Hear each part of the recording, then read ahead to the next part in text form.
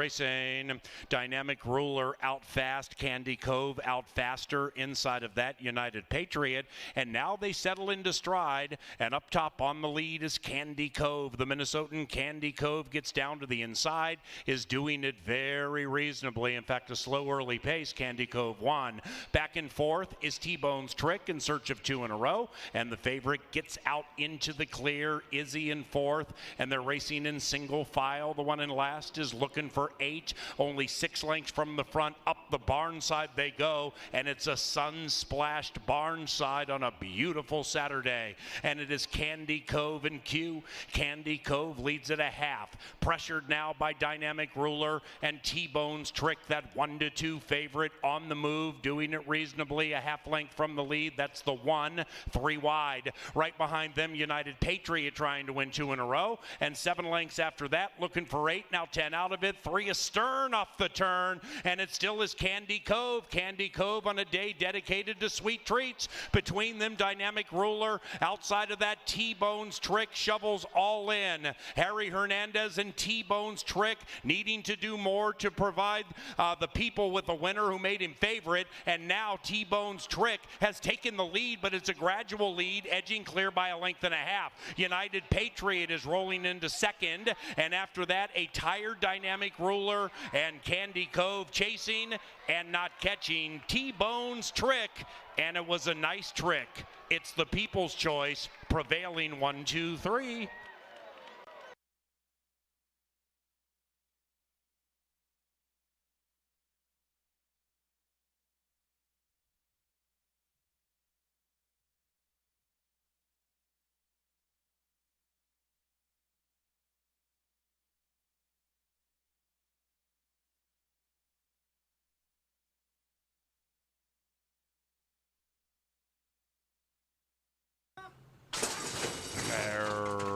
Racing, and they've broken a line. Speedy enough on the class dip, pops nicely, likewise for Cha, and Cha to the inside, the favorite, puts those pink blinkers in front, attempts to steam away, speedy enough, being shoved on very hard and losing ground rapidly. Reese C off a 9-month layoff, 2 lengths behind Cha in second.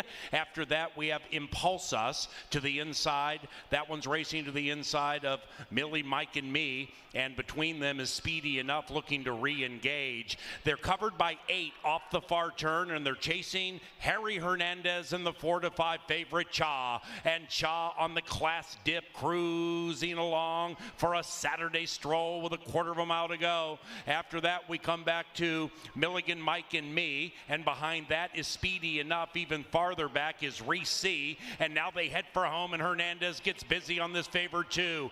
Inside, Milligan, Mike, and me, a menacing presence, cutting the margin from 2, cutting the margin to a length and a half, but Cha on that class dip is grinding away and goes down in class and up in the winner's circle.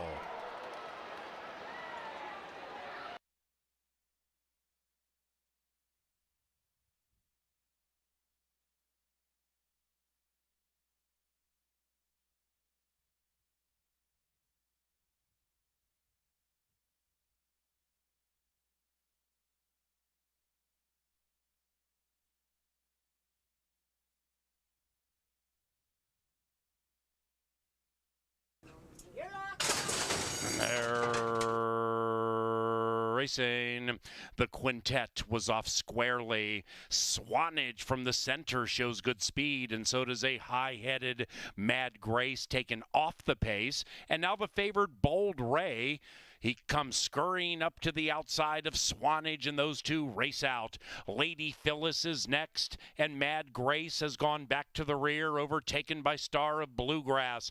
And the 5 corners separated by 6, and they're chasing Swannage. It is Swannage at 2.5 to 1 Bold Ray. After that, Star of Bluegrass lay third, 3 from the front, and to the inside of Lady Phyllis. After that, Mad Grace looking to win 2 in a row, guided to the outside, advancing, and the 5 all of a sudden are sardined. It's 4 lengths from front to back, and they're chasing the 4. It is Swannage and Miss Har. Swannage nearly won. Hernandez starts riding Bold Ray to the outside. Star of Bluegrass, full of run, nowhere to go, just checked. Outside of that, Mad Grace. Then we come back to Lady Phyllis. Still 5 from front to back, and Kelsey is in control. It is Swannage leading at 1. Now Lopez gets Star of Bluegrass to the outside. Bold Ray is languishing. On the far outside, Mad Grace. Right behind them is Lady Phyllis, and up goes Star of Bluegrass. Star of Bluegrass from Swannage, who comes punching back to the inside. And it's Swannage and Star of Bluegrass with Mad Grace late. Swannage, wire to wire, basically, yes. Lost the lead for a second, came right back and won.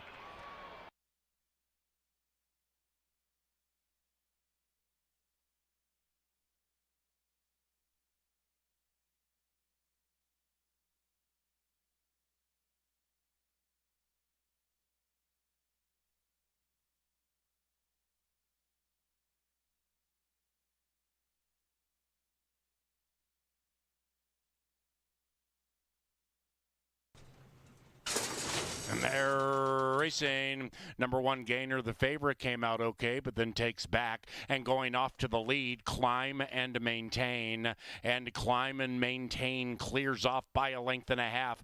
In second is Yesteryear. Right behind that one, Shattered Dreams at 30 million to 1. Shattered Dreams to the outside of Holy Muchacho. Then we come to front office. Gainer is gaining to the inside as Climb and Mandate races well off the inside with the Hot Jock. After that, it is Smart Call last, and about 9 lengths from the front into the far turn, it is Climb and Maintain from Gainer. Outside of that, gaining is Yesteryear. Gainer being shoved on as the favorite, 3 lengths out of it. Then we come back to Smart Call, incredibly wide, but a joint 4th to the outside of Holy Muchacho. Then it's Shattered Dreams in front office, and round about the quarter pole, Yesteryear hooks up with Climb and Maintain. It is Yesteryear outside Climb and Maintain. Gainer's jumping all over the place, but full of run. And here comes Gainer and a resurgent Climb and Maintain. Yesteryear's dead tired. It is Gainer from Climb and Maintain, and Yesteryear and Gainer at even money wins.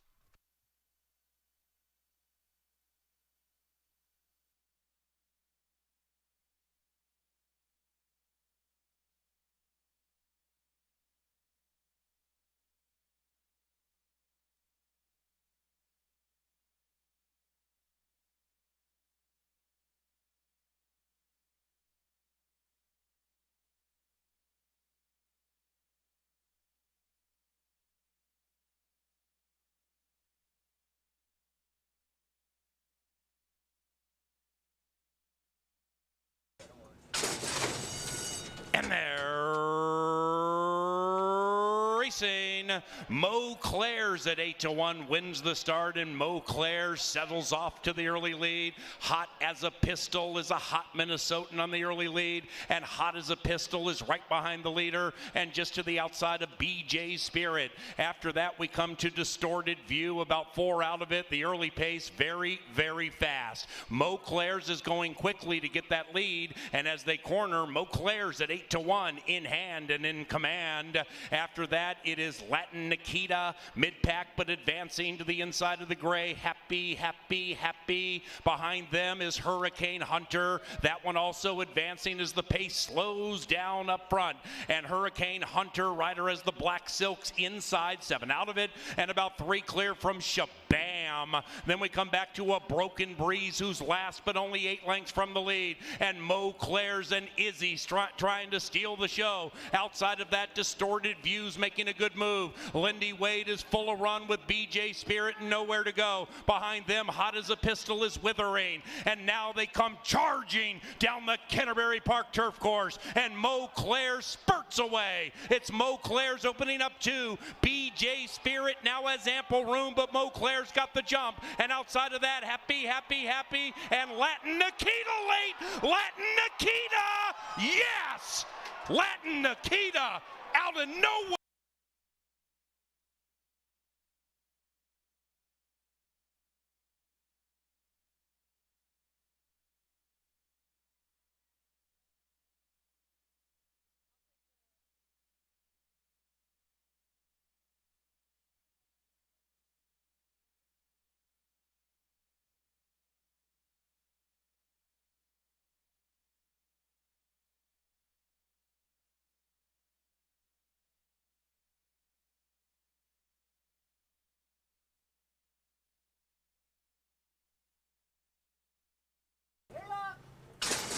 And they're racing. Number 4, Betty's Bar, pinch back to last. Sweet beginning for Emerald Princess and likewise for Princess Olivia. And Princess Olivia grabs the lead. Our Little Tiger in the new colors, sharp and a length and a half from the lead and beginning to advance with Long Shot. Sweetness 2 right behind the leading 3. Outside of that one is Mingo Magic and the one in last is Betty's Bar. 10 lengths from the lead, 3 furlongs to travel, race 6, and they are chasing Princess Olivia at 4.5 to 1. Princess Olivia has given them the slip.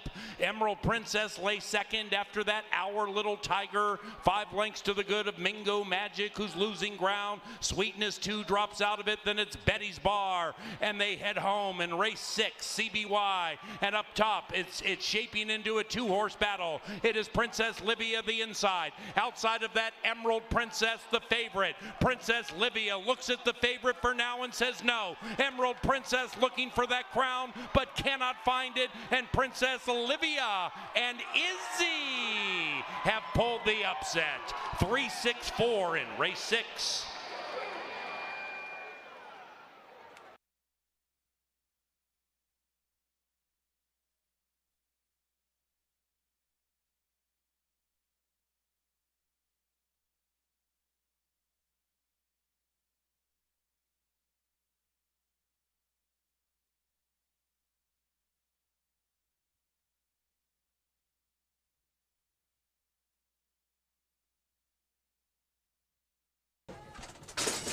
And they're racing. And from the center, that 10-year-old Giant Gamble popped very speedily. Giant Gamble from Mr. Navigator to the inside. That's a son of Bango. And now all of a sudden splitting them, Epic Drama. And the 8-year-old passes the 10-year-old. Epic Drama to the inside of Giant Gamble. And Outrun the Posse, the 8-year-old. That one's 3 wide, but in third. Right behind them is Fayette Warrior, 2.5, 3 lengths clear from Smooth Papa. Then we come to Rocket Tisway, 3.5 clear from Western Smoke. After that, we have Optimal Courage. Then at the rear, it is Time Heist, along with I'm a Sunny Song. Giant Gamble battles it out with Epic Drama. Outrun the Posse, trying to outrun them all. And between them is Mr. Navigator. Outrun the Posse at 13 to 1. Outrun the Posse will hold off Optimal Courage and win. 12-9-4 in race 7.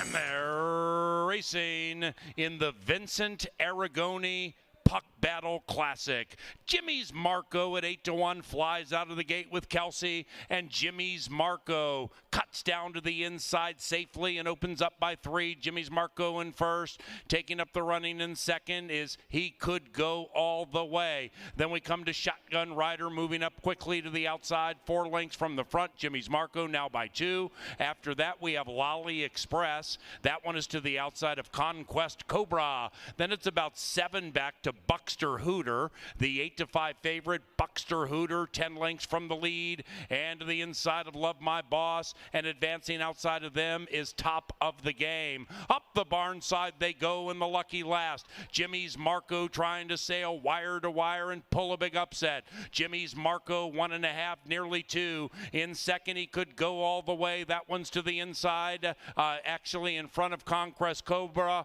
Outside of that, Shotgun Riders on the move, and between them is Lolly Express. Then we come back to Top of the Game, 7 out of it. Buckster Hooters running on, 7 lengths from the lead on the inside. Buckster Hooter on the move. Jimmy's Marco needs to dig deep to hold on. Jimmy's Marco from Shotgun Rider. Then on the inside, Conquest Cobra. Buckster Hooter behind them. Outside of that is He Could Go All the Way. That's it for Jimmy's Marco. And up goes Shotgun Rider with a burst, battling it out with the bookender Conquest Cobra. And the Cobra is slithering to the winner's circle. 185 in a race.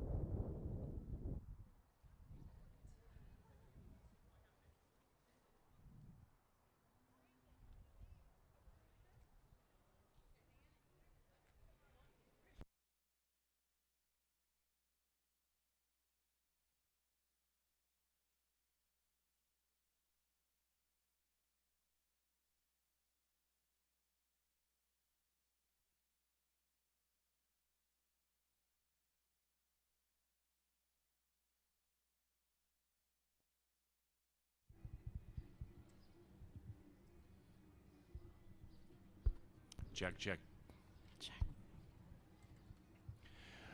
Ladies and gentlemen, happy Sunday, and please rise.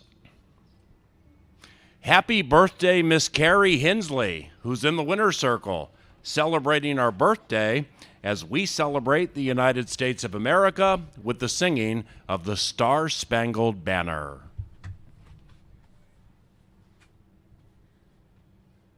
Oh, say, can you see by the dawn's early light what so proudly we hailed at the twilight's last gleaming, whose broad stripes and bright stars through the perilous fight o'er the ramparts we watched, we're so gallantly streaming, and the rocket's red glare, the bombs bursting in air, gave proof through the night that our flag was still there. Oh, say, does that star-spangled banner yet wave o'er the land of the free and the home of the brave?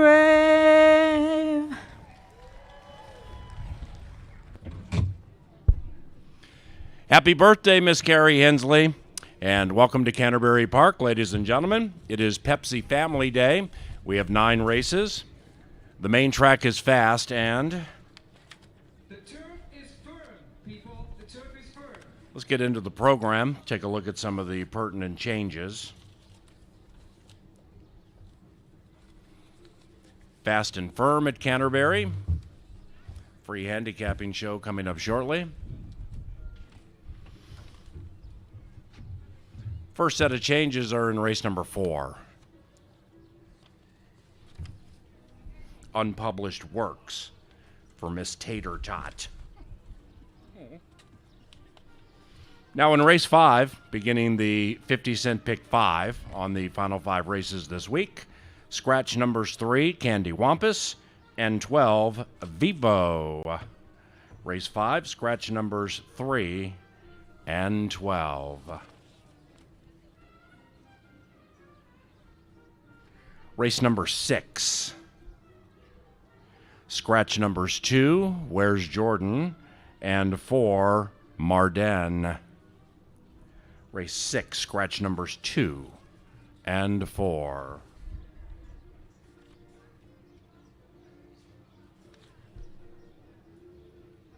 Race 7, unpublished work for number 6.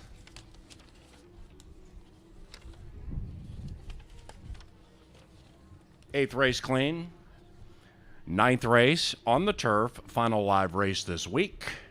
Scratch number 7, City at Night. Race 9, scratch number 7, City at Night. Ladies and gentlemen, welcome to the races. We have a free handicapping show called Today at the Races coming up very shortly. And for the third consecutive.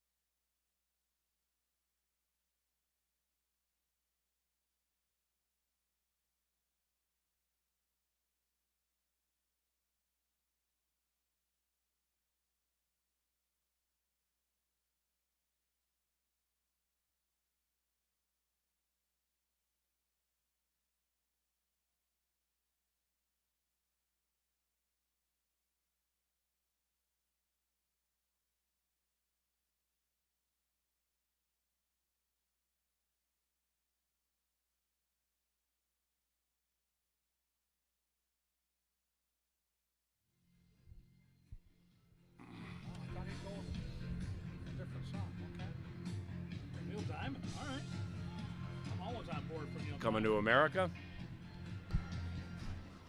Hey, happy Sunday. Welcome to the first family day of the 2022 season. It's provided by Pepsi, and with Kevin Gorg, I'm Paul Allen. We welcome you to Canterbury Park, 9 races today. For those of you new to festivities who don't necessarily follow it that closely, we have a wager here called a pick 4, where if you hit 4 consecutive races, 50-cent wager, you take down that pick 4. The first one begins, Kevin, with race number 1, and we call it the post-time pick 4 because the takeout, the track's rake, is just 10% on that pick 4. It's by far the lowest in the country. And what's that mean? Hundreds, if not thousands, come back to the fans. Happy Sunday and good morning. Happy Sunday. Welcome, everybody. Pepsi Family Day, always a special day here at Canterbury. Yeah, the pick 4 has the lowest takeout in the industry at 10%. And what it means to you guys as wagering patrons is if you can survive 4 races and have the winner. And you can use multiple horses along the way. I will build a ticket, and as the horses come on the track here for race 1, we'll go over said ticket. I believe today's ticket is around a $30 investment. But if you survive and end up with the pick 4, whoever has the pick 4 shares the purse. We've seen an $800 payoff in the pick 4. We've seen a couple $1,300 payoffs in the pick 4. So it's a great wager, and with that 10% takeout, it gives you, the wagering patron, I think the biggest advantage in the game. And Led Zeppelin fans will appreciate this reference. For the analyst, it's been good times, bad times. The good times have been with those picks you see on what we call the grid in the business, that generally takes place about 10 minutes before each race. You'll see Kevin's picks, you'll see the pick 4 he gives to the public, and several of those this season have prevailed, and some have paid very well. That's the good news. The bad news is you haven't necessarily played all of them, which means it's been great for the public. You've seen the people win, and we're here to serve you first and foremost, but it sure be nice if you played all those, right? Yeah, it'd be nice. And yesterday I thought was a wide open pick 5 sequence, so I dove in and did a pretty large ticket for me, a $72 ticket. Ended up with 4 out of 5. And in the race where I singled, Larry Donlin and company had a couple horses. I singled Giant Gamble.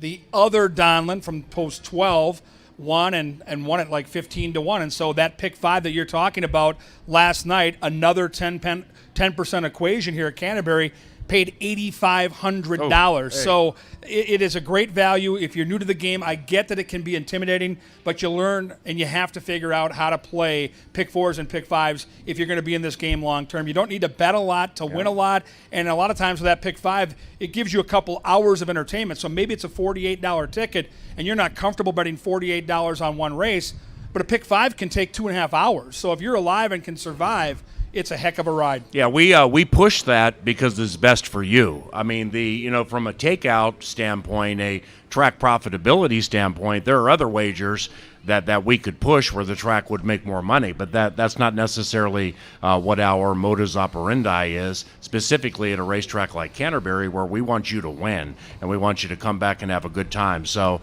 whether you're reading the past performances or not, you have a bevy of selecting opportunities, that grid that has all of our picks. You got Dave's Faves selling those green sheets just inside right next to the gift shop. You have the Star Tribune selections done by our dear friend Jay Litzup, who does very well with that.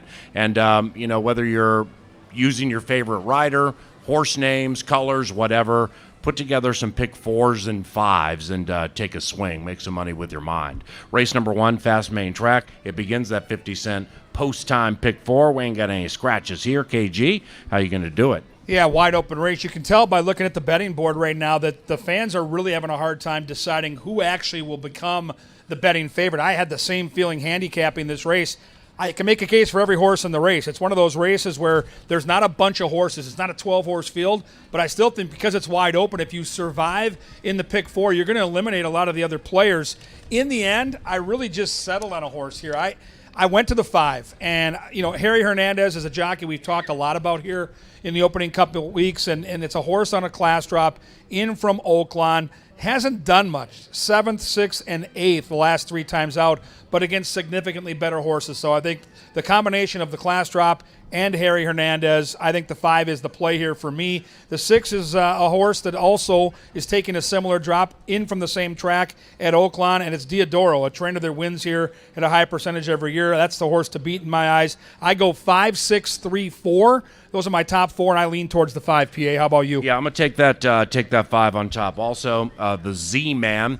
You'll notice a bevy of new rider and or trainer names for those of you at Canterbury for the first time this season.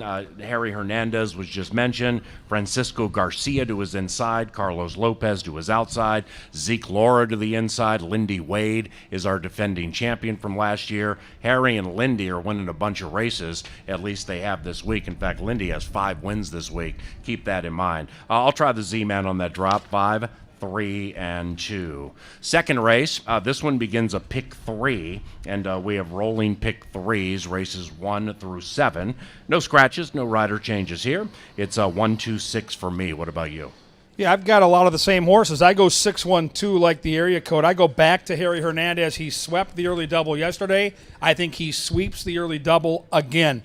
He's on a horse here that's, again, Outrun Park horses. I gravitate towards them because they run such a big meeting down there in Hot Springs. I like the outside attack post. I think he'll get a good clean trip. I see other speed with the 1 and the 3, and I think Harry can sit off that speed and pounce with the best horse. I think Bold Minister gets the money, 6-1-2. Robertino Diodoro, familiar name here at Canterbury.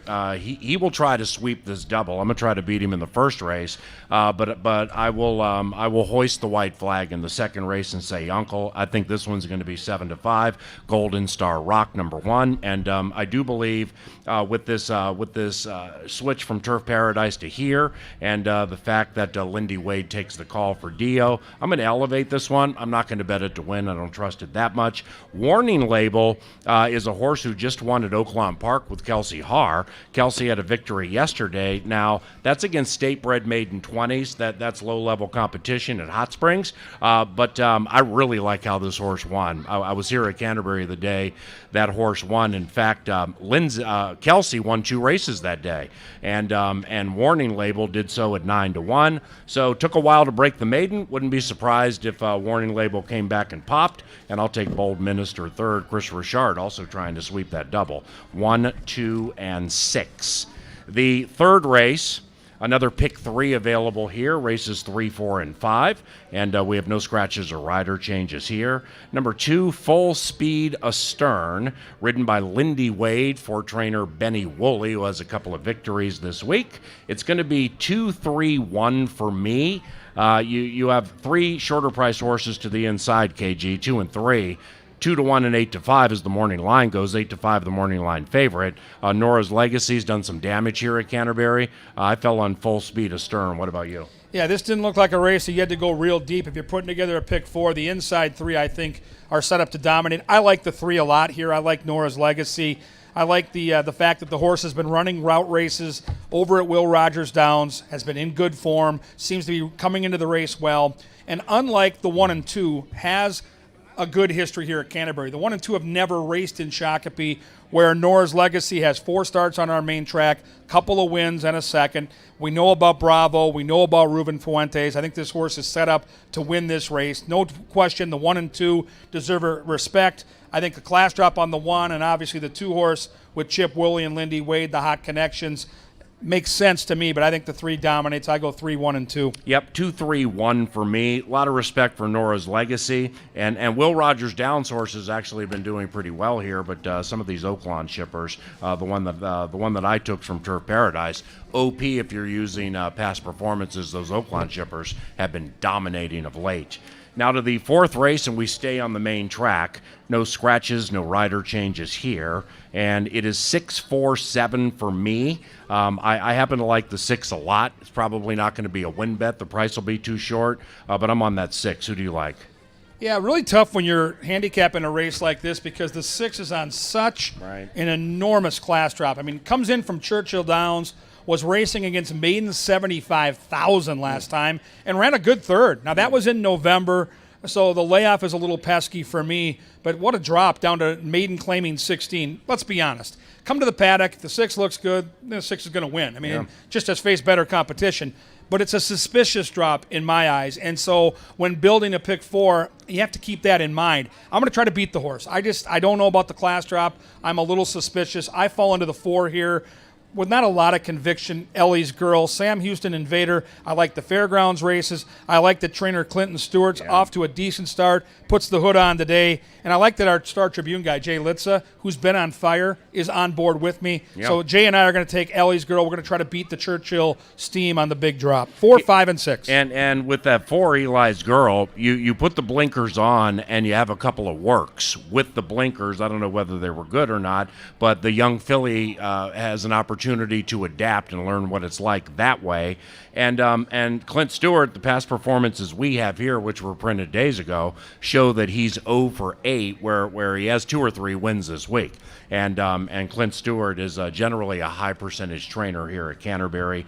LAV on the 4. I'm going to take the 6, 6, 4, 7 in race number 4. Now, with the 5th race, we begin that 50-cent pick 5. Once again, you can use as many or as few horses in each race of the final 5 races as you desire, but that 10% takeout, can't stress it enough, by far lowest in the country, by far much more money coming back to the fans, and we head to the turf to begin it. Scratch numbers 3, Candy Wampus, and 12, We Are Vivo, V-I-V-O. When it comes to racing at Canterbury on the turf, the first turf race we ran a couple of Wednesdays ago, a 21-1 shot won. Then, like the next day, 7-1, 8-1 on the turf. We had upsets again yesterday. Kevin referenced a race earlier, won by Outrun the Posse. That one was 12-1. This turf course is yielding massive payoffs. So don't be afraid to take trifecta or superfecta swings in these big fields on the turf because they're yielding great payoffs. They are, and as we say that, the favorite looks really tough to beat here in leg 1 of the pick 5 here in our 5th race. My theory is this: if you like Ben's Malice like I do, be aggressive in a big field, believe in your conviction, and single the horse. Now, if you think it's a typical Canterbury turf race where there's big payoffs and there's upsets, I can use the 4 at 20-1, Yeah. I can use the 8, I can use the 10, I can use the 11, I can use your Vivo. Then you can spread and try to beat the favorite and have a leg up on like 80% of the tickets. I can't beat Ben's Malice. He is a closer. Yeah. It is a crowded field. But it's Alonso Quinones, and if you want to see a good ride on the turf, go back and watch the beat that Jay Litza had on that 2-horse yesterday, middle of the card on the turf. Alonso with the 10-horse came and got him literally on the wire. Ben's Malice will be a big closer that'll have to find his way through traffic just like that horse. So I'm putting Ben's Malice on top. I'm singling. I go 6, 10, and 4. And the reason I mentioned the 4 at 20-1, if you're going to do a try or super, that's the kind of horse that can get you paid with Kelsey Hart. Love Ben's Malice, but I think the 4 Gabriel's Legend is very usable. If now given the horse we both selected, Ben's Malice, is reliant on coming from off the pace, I don't see an abundance of speed in this race. I see some, but I just don't necessarily see an abundance. So, thus that makes me a little concerned with Ben's Malice, who I'm definitely using in the pick 5.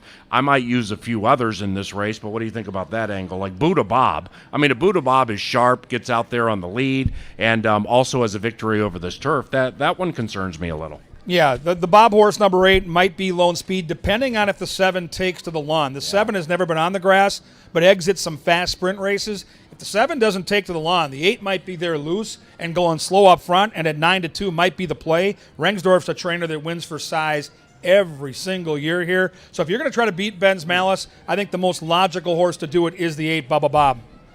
Man, I like that. I like that Gabriel's Legend tout for a long shot, because we only have 2 turf starts for that horse, and the victory, I remember it vividly, early September last year. It was a thing of beauty, grabbing the lead at the top of the lane and pulling away. Those are the types of horses, even if Ben's Malice wins the race, if you hit the trifecta or superfecta, it's still going to pay a lot if horses like Gabriel's Legend end up in the top 3. Nevertheless, I'm going to take it 6, 2, and 11. 6, 2, and 11. Race number 6 brings us back to the fast main track. Scratch numbers 2, Where's Jordan? And 4, Marden.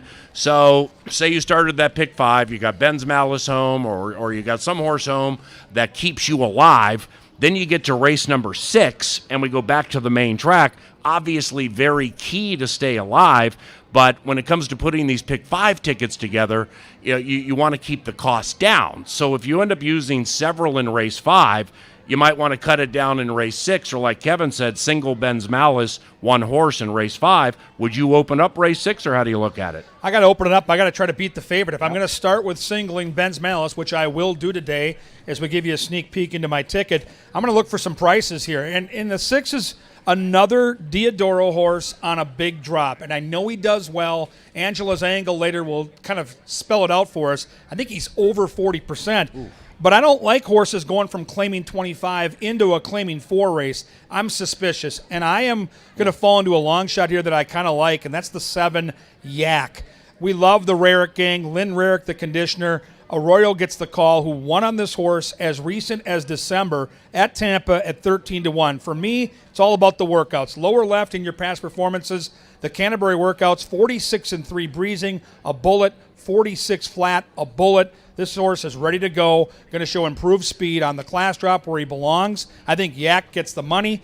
I think you have to include the 6, obviously, and I think 3 is super, super sneaky for Nevada Litvin. Chicory Blue at 10-1. I go 7, 6, and 3. If you're still here by race 6, make sure you come down to the paddock where Kevin and or Angela handicap the races. I bring that up because Chicory Blue is a 10-year-old white shade of white. I mean, just the whitest shade of pale.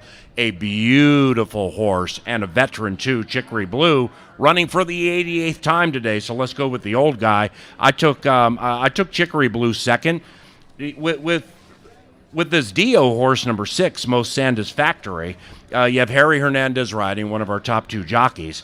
But I see what he's doing here. In that they claimed the horse for $16,000 late last year, and with all due respect to Dio, we're friends, it was a bad claim, and because the horse has not run well at all. So he's trying to win the race for his owner, Charles Garvey, and get the horse claimed for $4,000. If they're able to do that, then you're close to getting out on the horse. From a financial standpoint, and the claiming game is a business for Robertino Diodoro. So I think it'll add up today, and Most Sandis Factories 2-1 on the morning line, 6-3-1 for me. Now race 7, we get back to that turf course, and once again, upset-laden turf course so far this season. No scratches, no rider changes here. 12 of them battle. I struggled with this one. BA likes number 2, Devil Vision. Chatted with him earlier today about that. I don't have that horse in the top 3. I go 5, 12, and 8, but I think it's wide open. Great race. Awesome betting race. I'm with BA. I think the 2 Devil's Vision is a value player that you must include on your tries and superfectas. Calibrate.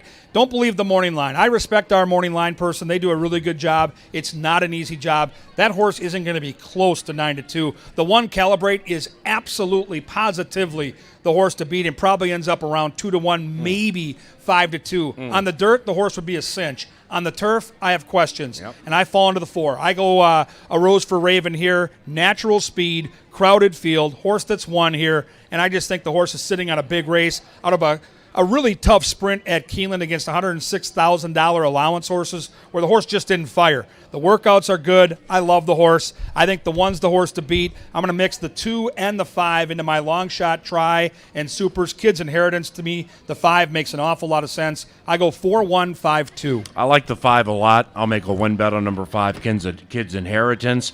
It's going to be 5, 12, 8 for me, but this 3, Tuco Bay. Lindy Wade takes the call for the Allwellings. They win races all over the country. Tuco Bay has a couple of wins on the turf course. This is a Minnesotan who's made more than $200,000 and is legged up with those races in New Orleans and in Chicago. Tuco Bay for those trifectas or superfectas at 10, 12, 15-1. Don't you think that'd be a good one to throw in there? Yeah, 7 for 12 in the top 3 on this turf course. It's the Allwellings. They win everywhere. It's Lindy Wade. What a cool race. This horse is 12-1 morning line. So mark down race 7. If you can keep the kids occupied long enough to be here for the 7th, if you're going to bet a trifecta or superfecta and try to get paid, race 7 offers without a doubt your best chance to make a score today. What an awesome race. So say you're 3 for 3 in that pick 5, and maybe you've had an upset or 2. Now you get to race number 8. You have no scratches, you have no rider changes, and you have a 2-1 morning line favorite in Stormin' Hong Kong, who I do believe will be favored. The 7 Seed of Success is going to take a lot of money, might be favored in this race. I didn't pick either one. Who did you take? I fall into the closer. I see so much early speed in this race with the 1 Bayou Colonel from the inside, Dr. K, the 4, Lonely Private, the 6, your 7, Mac Robertson with speed. They all have speed. Yeah. Stormin' Hong Kong does not have speed. He sits off the pace and he pounces late. I love the 2 here. I could single this horse. I'm not going to because I start the pick 5 with a single. I go 2, 7, and 6, and I really like the 2 a lot here. Yeah, I'm going to go with number 4, Dr. K, part of that speed brigade. Claim for $10,000 at Tampa Bay Downs. first off the claim, came back a month later, and checked in last, which is about the last thing you want to happen when you're claiming something for an owner. So now they lay the horse off a month and put some works into, or put a work and kind of reconfigure things as they do per claims. Alonso Quinones for Padilla, that's a 22% clip. Had a nice winner yesterday for owner Larry Cronin too, and I think second race under the tutelage of Padilla, I think that's going to do the trick. 4, 5, and 2 in race number 8. We close the racing week with the 9th that's on the turf, scratch number 7, City at Night.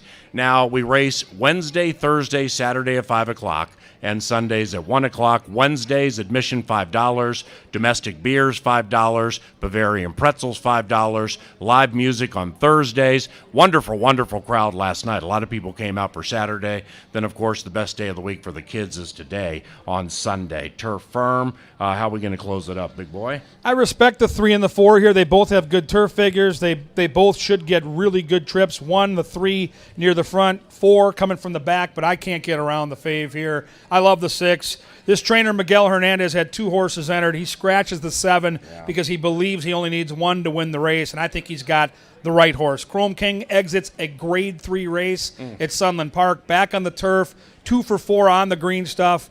A big closer, small field. I think he roars by him late. I go 6, 3, and 4. PA. I'm going to give Next Journey a try here for trainer Jonathan Wong. Not exactly sure what type of stock he sent to us here at Canterbury this summer. We have trainer Jonathan Wong wins at a very high percentage in Phoenix, also does some damage in Southern California.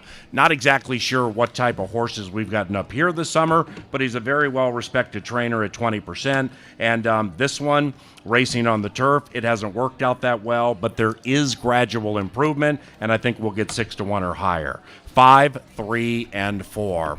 Thank you very much for coming out to Canterbury today. Utilize all of the options we have here for you on all 3 levels. And for Kevin Gorg and everybody in our TV department, I'm Paul Allen. Best of luck.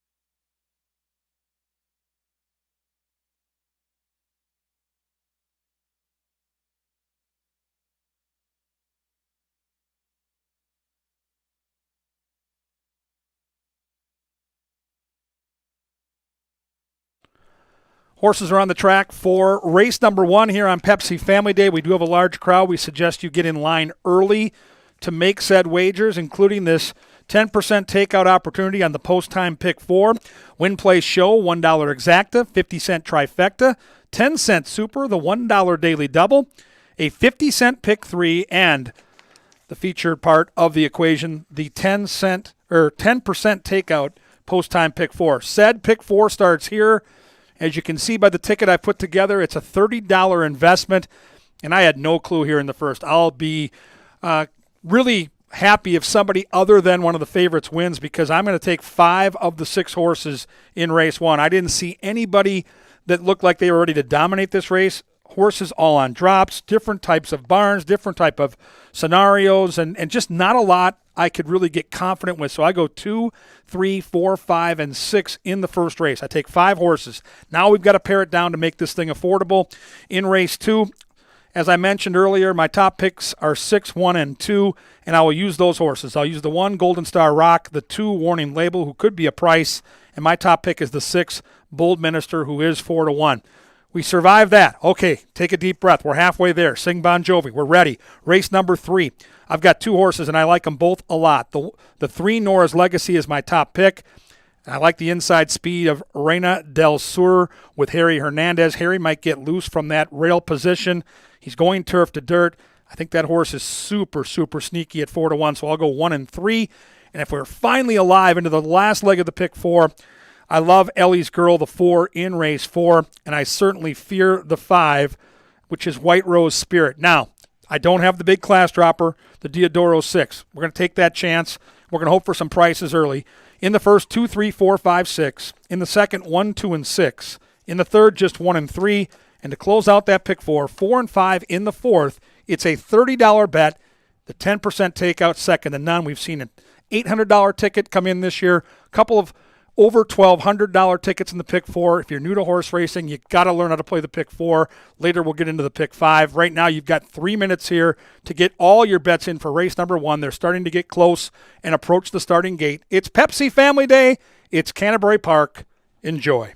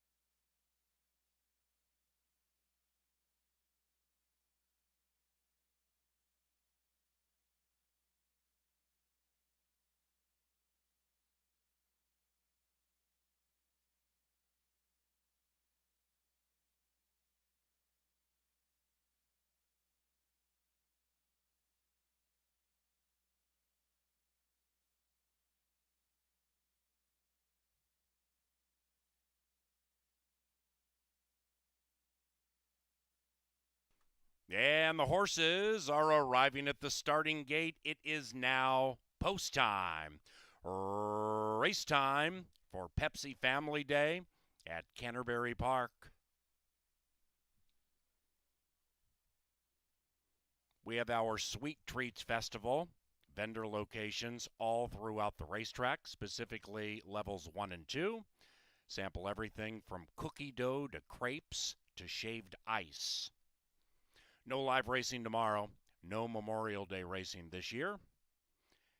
And we welcome the following groups to the racetrack today. Luke's bachelor party is here, along with Ashley's bridal bash. And of course, all the veterans in the American Legion Auxiliary Shakopee Unit number 2. Welcome to Canterbury Park. Racing here provided by Atomic Data, Apple Autos, Bud Light Seltzer, Cutwater, JTR Roofing, Pepsi, Mystic Lake, Minnesota Realty, Minnesota Lottery, Loeffler, Quick Trip, Continental Diamond, and the Churchill Downs chapter of the Calgary Flames fan base. The Z-Man, 2-1. Mo Moore, 6-5.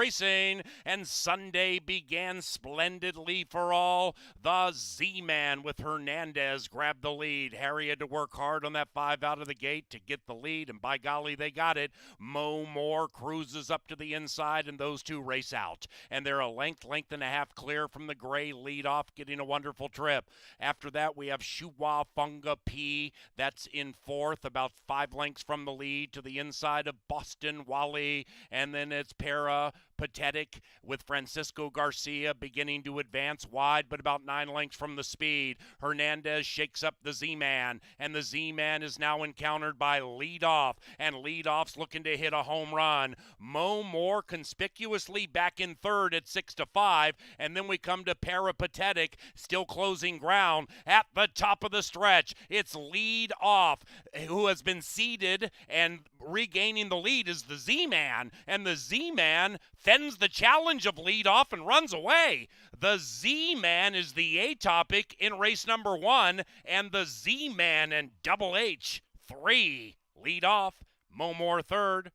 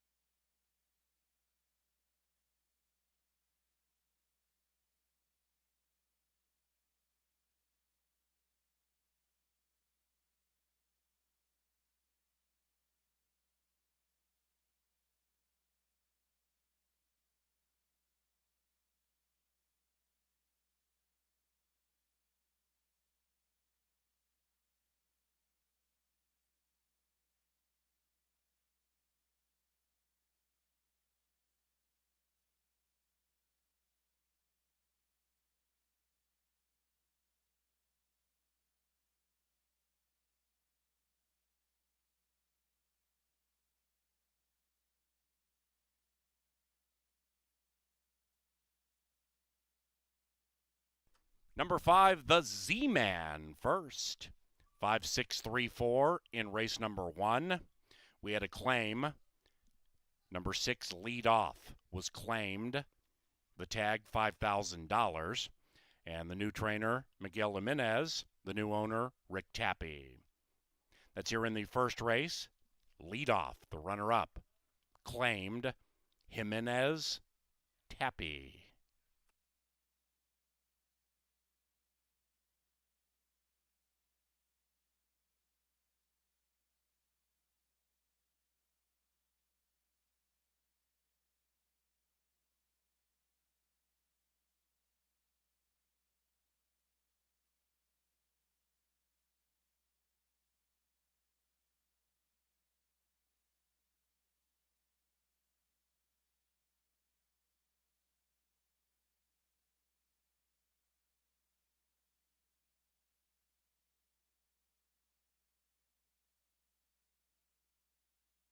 The first is official. 10-cent superfecta, $10 and change. The first exacta, $17.80 for a buck.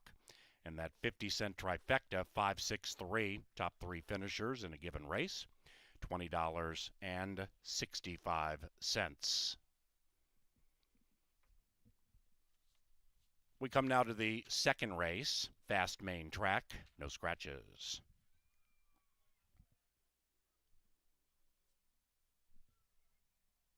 The winner of the first race, the Bees Orchid purse, is the Z-Man and Harry Hernandez.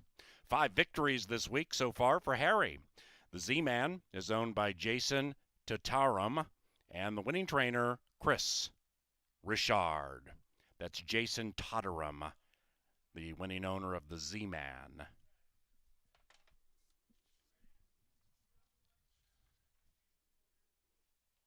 We thank Atomic Data for 2022 sponsorship. It's the preferred IT solutions provider for this racetrack. We have a new deli sandwich shop at Canterbury, level 1. It's called Bo Diddley's. It's open now, where the old cantina used to be. Subs, salads, and much more. From a local favorite, we welcome Bo Diddley's. Race 2 in 20 minutes. Large crowd. Make your wagers before each race as early as possible to avoid lines. And also utilize the self-service machines if possible.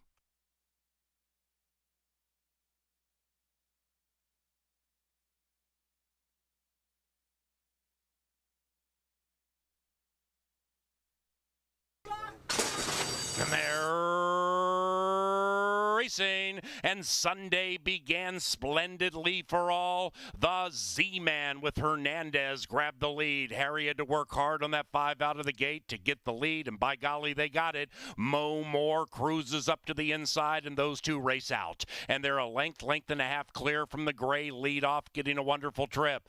After that, we have Shua Funga P. That's in fourth, about 5 lengths from the lead to the inside of Boston Wally. And then it's Para Pathetic with Francisco Garcia beginning to advance wide, but about 9 lengths from the speed. Hernandez shakes up the Z-Man, and the Z-Man is now encountered by Lead Off, and Lead Off's looking to hit a home run. Mo Moore conspicuously back in third at 6-5, and then we come to Peripatetic, still closing ground at the top of the stretch. It's Lead Off, who has been seeded, and regaining the lead is the Z-Man, and the Z-Man fends the challenge of Lead Off and runs away. The Z-Man is the A-topic in race number 1, and the Z-Man and Double H 3. Lead Off, Mo Moore third.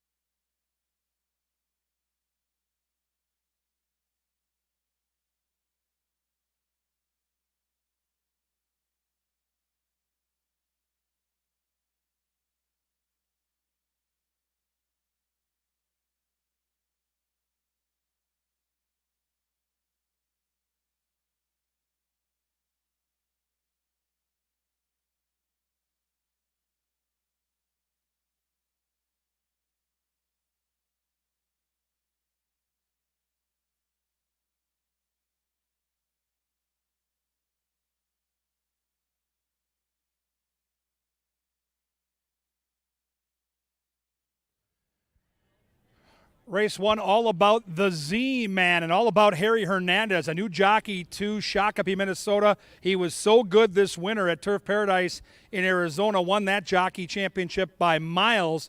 And you saw what he did in the first race. He got that horse urged early, gave it a couple of pops, got the horse on the lead. And in a maiden race where horses don't have a lot of form, that makes such a difference. We'll see if Harry Hernandez can sweep the double like he did yesterday. I think he's live here in race number 2. Now, you see the crowds. There are lines. That's all a part of it on these Pepsi Family Days. The pick 5 starts in race 5. The late pick 4 starts in race 6. Get your bets in early. You don't want to get shut out. And let's see if we can keep you going if you're alive in the pick 4. With race number 2, here come the combatants, starting with number 1, Golden Star Rock. Golden Star Rock figures to be favored, is right now at 8-5. You get Lindy Wade, last year's champion jockey. You get one of the best trainers in the country in Robertino Diodoro. I like the energy. I like the bounce in the step of Golden Star Rock. Has enough speed to overcome that inside post. In these sprint races, the inside can be tricky, but this horse has speed, and I like the way the horse is warming up to the endeavor. Number 2 is Warning Label. This one trained by Robert Klein, ridden by Kelsey Haar. And these are a trainer-jockey combo here that's going to win and win at prices all season long. We saw them win yesterday on the turf. This horse likes to sit off the pace and pounce. Broke the maiden last time out in Hot Springs, Arkansas at a track called Outrun Park. And look at this horse. My goodness, does that 2 look awesome out here. If you're new to horse racing and want to know what to look for, that coat, that energy is exactly what I'm always hoping for with my selections. I think Warning Label has a chance to be a real player here at 7-2. Number 3 is Twilight Liaison. Ruben Fuentes gets the call. They're going to try the old turf to dirt angle. A lot of times when the horses start in the turf and go to the dirt, it improves that late kick. This horse has enough early speed to stay in touch with the field. The question I have is 12 starts on a fast main track, just 1 win. No other board finishes. So we'll have to improve to contend, but taking some money, no doubt, at 7-1. Number 4 is Super Fortune. Luis Valenzuela gets this Gulfstream shipper. Cody Rosine, the trainer, love the workout, love who this horse has been facing. Gulfstream Park is a big-time meeting, and they run some awesome races down there. So class drop in play. Horse should be motoring late. There is speed to the inside. This is the horse that should be rolling when they turn down the Canterbury stretch. Number 5 is Braska. Zeke Laura gets the call for Robert Klein. So Robert Klein has 2 horses in here, and his wife shows up on the other one. Certainly something to at least consider while handicapping. The Braska horse here, the 5, like the 4, looks like a close that'll try to pick up the pieces late. My top pick in the race will be to the outside. I love Harry Hernandez. I think Bold Minister has a big shot to get him another daily double sweep. Speaking of sweeping the double, the trainer Chris Richard trained that horse in the first as well, so he's going for a double sweep. No question he'll have to improve. His speed figures are a cut below the 1, but I like the outside post. I like the way Harry gets his horses into the race. I see why he wins a bunch of races, and I love the price. 9-2 on my top pick, Bold Minister. A wide open race as you take a look at the betting. It's race number 2. These are claimers at the 6 furlong distance. Get your bets in now. The lines are a little long, but you can handicap while you're in line. Right now, race number 2, heading down the bridle path. Soon they'll meet the bugler. They'll be at the gate in around 8, and then they're going to get it on.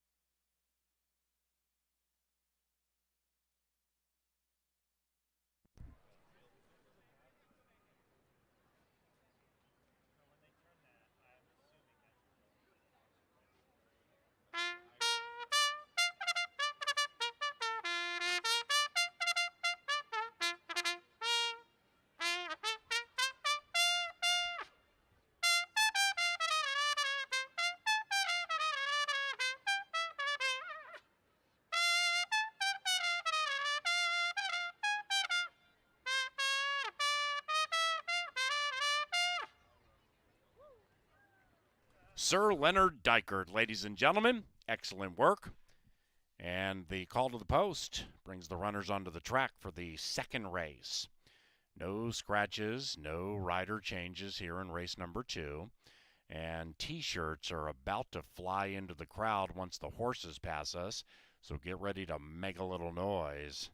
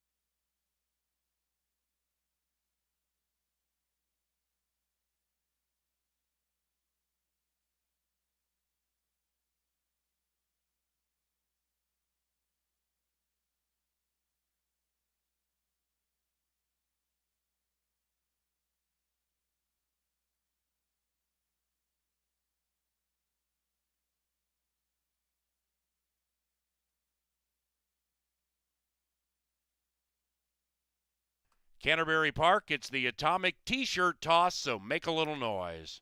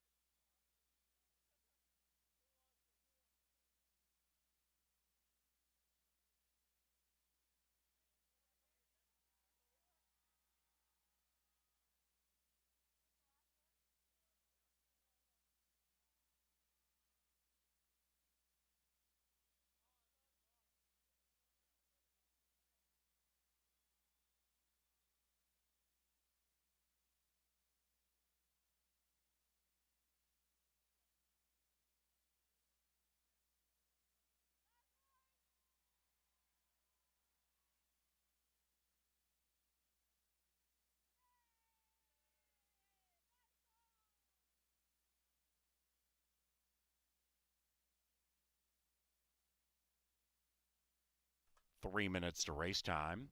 Ladies and gentlemen, the American Legion Auxiliary Shakopee Unit number 2 is at Canterbury today, giving out poppies in honor of the armed forces this Memorial Day weekend. They're located on level 1 by the gift shop, so please show your support and pick up a poppy for a charitable contribution. All proceeds benefit veteran programs.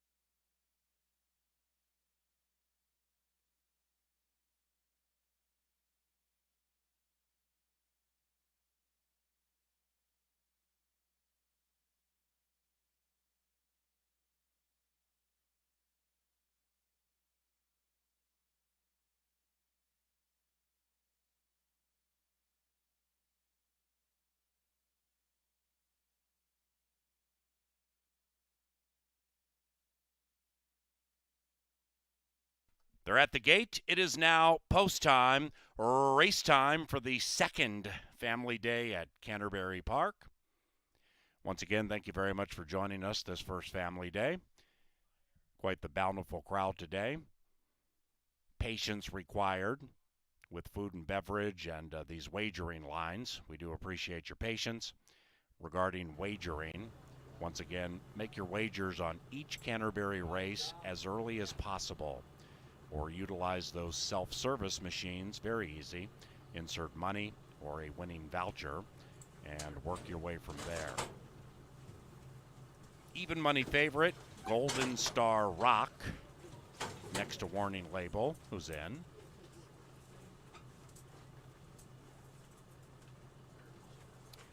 We welcome those joining us from Churchill Downs and the chapter of the Jerome Iginla Fan Club. Bold Minister last in.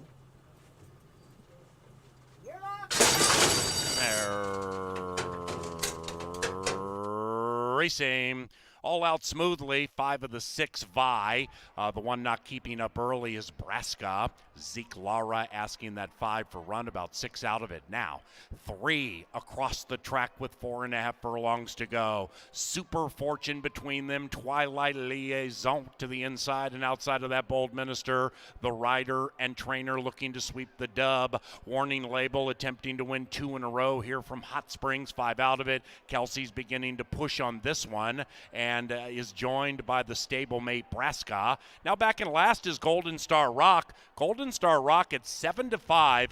Conspicuously last and 10 lengths from the lead. They have a quarter of a mile to go. Bold Minister an inch. Super Fortune fights on to the inside. Then it's Warning Label, Braska, Twilight Liaison, and Golden Star Rock closing from behind, but so far out of it. And up goes Bold Minister, and Bold Minister spurts clear.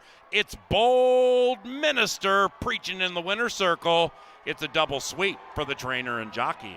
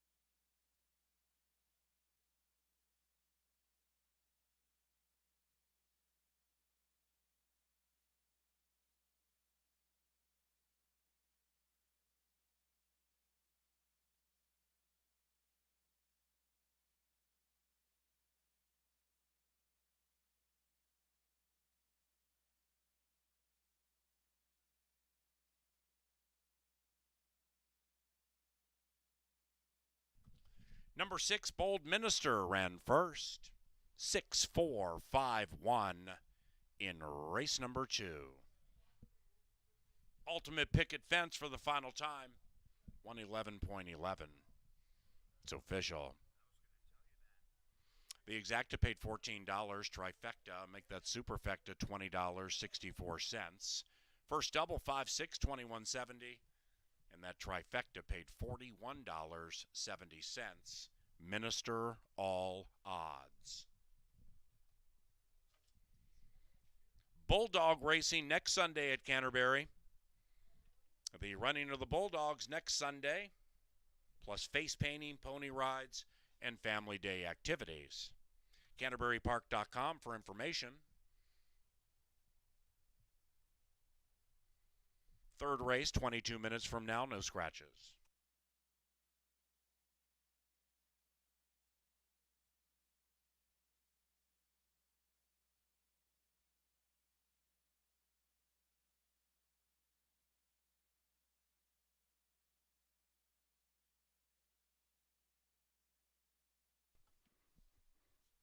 Now entering the winner's enclosure, Bold Minister. First 2 races today go to jockey Harry Hernandez and trainer Chris Richard.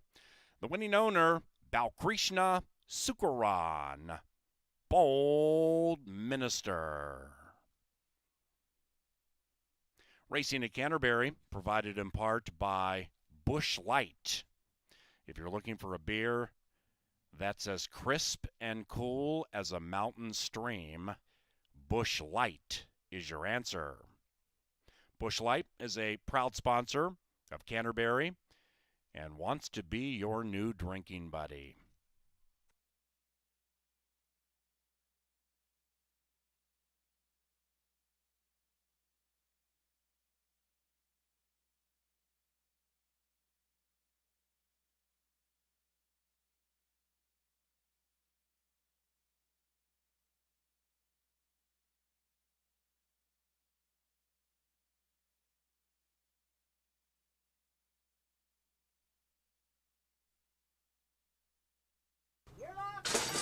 And they're racing all out smoothly. 5 of the 6 vie. The one not keeping up early is Braska. Zeke Lara asking that 5 for run, about 6 out of it. Now 3 across the track with 4.5 furlongs to go. Super Fortune between them. Twilight Liaison to the inside and outside of that. Bold Minister, the rider and trainer looking to sweep the dub. Warning Label attempting to win 2 in a row here from Hot Springs. 5 out of it. Kelsey's beginning to push on this one and is joined by the stablemate Braska. Now back in last is Golden Star Rock. Golden Star Rock at 7-5, conspicuously last and 10 lengths from the lead. They have a quarter of a mile to go. Bold Minister an inch. Super Fortune fights on to the inside. Then it's Warning Label, Braska, Twilight Liaison, and Golden Star Rock closing from behind, but so far out of it. And up goes Bold Minister, and Bold Minister spurts clear. It's Bold Minister preaching in the winner's circle. It's a double sweep for the trainer and jockey.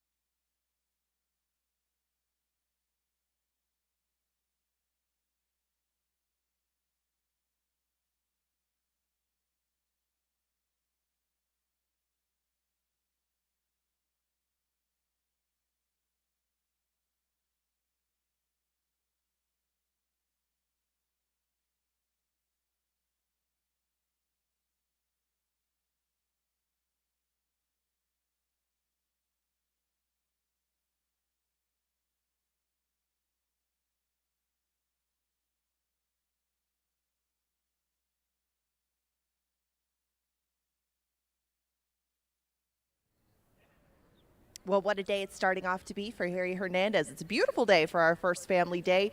And I'll see if he can get a three-peat here in our third race today. We go 1 mile on the main track. Another field of 6 will join us. The ladies are making their way out into the walking ring now with 12 minutes to post. Your 9 to 5 favorite is a couple outside of this one, but I did lean towards Reyna Del Sur. She is going to make her first start on our main track and only her second start going a mile on the dirt. The last time we saw her doing it, she was close to the lead, and I'm sure that that's where they would like to place her today, as last time she kind of missed the break, but she was making up good ground in the stretch. She only ended up beating less than 4 lengths at 32 to 1. Reyna Del Sur might fit a lot better into these circumstances, this kind of pace scenario, and with the hot hand, well, the hot jock aboard her back, or on her back. You get 4 to 1. That probably won't last as they get to the gate, but Reyna Del Sur looks to cap the hat trick for one Harry Hernandez. Lindy Wade will be aboard full speed astern. This one looked to have a kind of a clear shot at the winner last time. She was favored in that mile race down at Turf Paradise in similar conditions, but full speed astern just would not go by. The Woolly Barn claimed her out of that one. They'll see if Full Speed Astern can probably get a similar trip in here. Right now, she is your 2 to 1 co-favorite, as you can see on the screen. Now, a lot of people like Full Speed Astern and the Minnesota bred next door, who also has quite a bit of speed. That's Nora's Legacy. She comes off a narrow defeat at Will Rogers, but she is very apt on this main track, especially when she does this sort of thing. Nora's Legacy got a beautiful ride last year from Rye Eccleberry when she picked up her second lifetime win. That was going a mile off the turf, but he let out notches the whole time with her on the lead, probably trying to get the same sort of thing going in here, but it might be difficult with the 2 fillies to her left. Now, Me Say So would love something to develop up front in the form of a pace duel. She was on the lead a couple of back, but naturally she's laid just a little bit off the pace in the past. You get a pretty square 5 to 1 on this filly who's looking to pick up her 3rd win on our main track. Obviously, this is where she likes it best. You're going to see a lot of form reversals, I would guess, in here, as some of the recent races for these have blackened their form, but they do much better when they're doing this sort of thing. A couple of seconds for My Pass in her last 2. She has 14 seconds and thirds to go along with that 1 lifetime win out of 33 starts, but Mom's Pass would benefit from a pace duel as well. If things completely fall apart up front, you know that she'll be coming at the end. I just didn't know if she would get quite a quick enough pace to set up her late rally to pick up that 2nd lifetime win. Merlin's Sister on the outside hasn't run since March. Things have gone a little bit south for her. When she went over to Delta and Oaklawn Park, Merlin's Sister probably just needed a break, so they gave her one. They'll bring her back in this spot for her first time in a while. She's the field's long shot at the moment at 11 to 1 as they make their way down the bridle path, head out of the paddock, and good luck if you are keeping that post-time pick 4 going. You're at the halfway point. We find out in 9 minutes if you'll make it to the final leg. Good luck.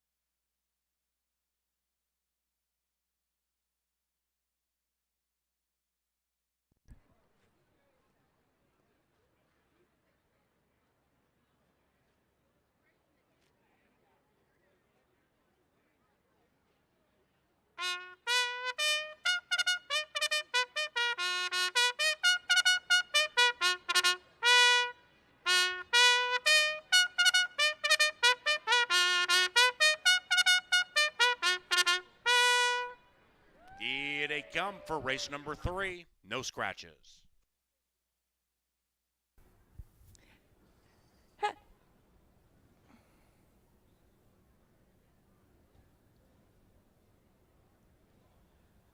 And now as the horses make their way onto the track for race number 3, I want to remind you of a few things upcoming here at Canterbury. The Canterbury Concert Series tickets are now on sale. Our acts include Everclear, Melissa Etheridge, Cloud Colt, Anderson East, and many more. Check out CanterburyPark.com for more information and ticketing for the Canterbury Concert Series. The Taste of Canterbury is a way to upgrade your racing experience here. If you haven't tried it before, it is an interesting way to upgrade your everyday trip to the track. Get a taste of tacos and tequila on Saturday, June 4th, Bourbon Whiskey Smokehouse on July 9th, and an Asian culinary experience on July 20th. Tickets to the Taste of Canterbury can also be purchased separately from your live racing tickets on our website.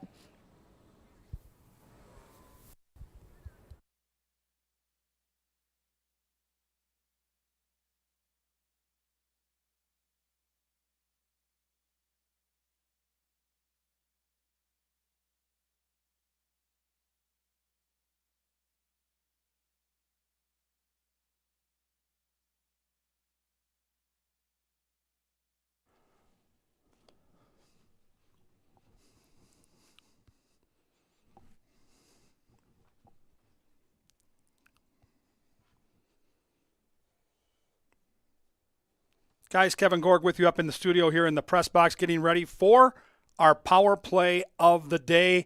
Trying to find a horse that we can use in the pick 5 equation to help us build that ticket and give us some leverage in the middle. It's going to come in the first race of said pick 5. Race number 5, I love the 6, Ben's Malice. This is a horse that really made an impression on all of us here in the press box last year at Canterbury. You take a look at the past performances, and when you dive in for the first time, there are certain things you want to look for. So this is what I start with. I start with a blank sheet when I handicap a horse and a race like Ben's Malice. Then I start to color it up, and here's what I look for. Lifetime career starts, 8. Look at that. I wrote down 7 out of 8 because this horse shows up every single time. Then I look at what he's done at this track in particular, the Canterbury Turf. And you see right here, 1 try in the Canterbury Turf, 1 win. I look at the bloodlines, the sire, Palace Malice. Now, I'm hardcore. You can look this stuff up at Palace Malice, won a Belmont. So this horse was bred to be a distance runner. And then I like to look at where he's been racing recently. I look at a Minnesota-bred horse that's been down at Florida, at Tampa Bay Downs, taking on open company and being very competitive. I highlighted this specific race last August. This horse had debuted at 5 furlongs and run a good second to a nice horse called Love the Nest. But now he was going to get tested for turf and for distance. And you take a look at the start of this race, Ben's Malice is a horse that does not have a lot of early speed. He's the one horse right here. Look how many horses are in front of him as he gets into that first turn. He's got a lot of work to do, but he's a long-legged horse that gets better as the race goes on. And by the time they get to the backstretch, his jockey, Alonso Quinones, who will be on today, has found a good position. You can see him out wide here, letting the horse stretch his legs. He's a closer that likes to get stronger as the race goes on. Now Ben's Malice has picked up momentum. Now he's gone from way back at the tail of the field to up here almost to a joint second. And this is where the real running starts. Even today with 11 horses, I trust Alonso Quinones to get the horse out, save ground early, and then let the horse work the momentum till we get here. If he gets to the stretch and he's in contention today, I don't care how many horses are in front of him, nobody will outcook and outkick Ben's Malice. Look at the long strides. Look at how this horse reaches for the ground. He was a youngster. This is a 2-year-old. Now he's all grown up. He's a 3-year-old now. He's bigger, he's stronger, he's better, and I know it's a tough race. I know there are 11 horses, but I think Ben's Malice, once again, can come from way back to get the money. It's my pick 5 single. We'll go over that ticket later. It's in race 5. It's horse number 6. Good luck.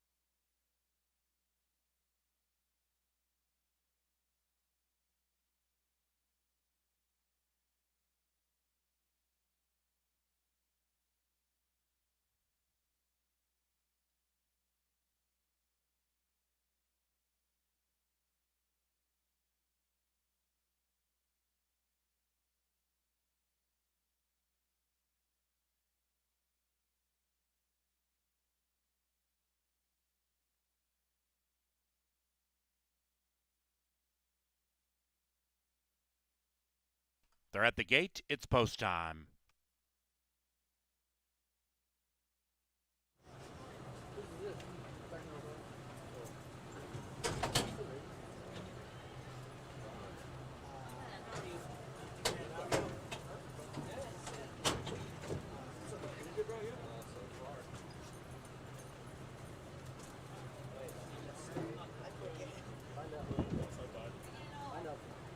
One out. Merlin's sister has gone in. The Yarky girl is set. They're racing. Reyna del Sur and full speed astern. Full speed astern indeed. And the Minnesotan Nora's Legacy joins them to the outside. And as they head around the turn for the first time, 3 and 1 separate themselves. But Ruben Fuentes and Nora's Legacy want the lead and run away by 2. Reyna del Sur with the hot jock is next to the inside of full speed astern. 2.5 behind that to Me Say So. That's the 4, about 5 from the lead as the pace adroitly slows down. Mom's Pass is next, joined by the white horse, Merlin's sister. And 6 are covered by 6, and they have 5 to go. And Nora's Legacy and Ruben Fuentes a half. Reyna del Sur a length and a half.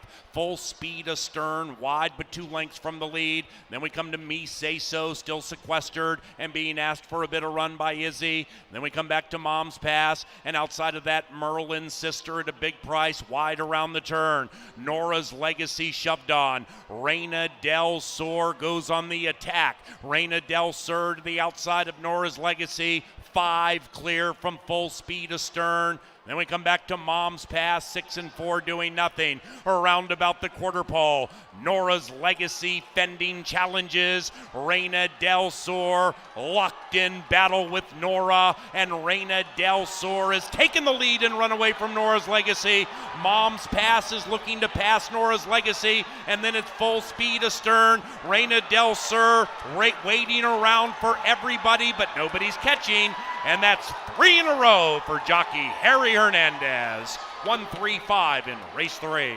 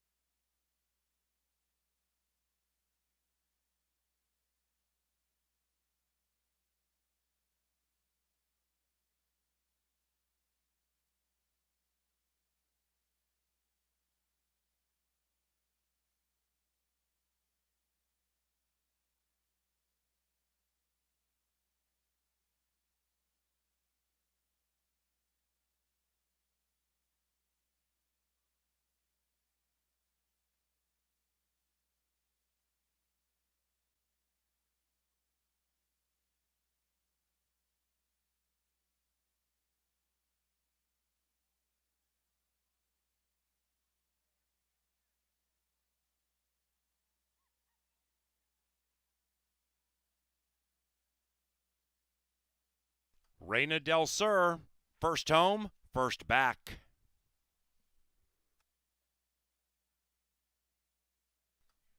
One 3-5-2, racing at Canterbury, provided in part by Jim Beam.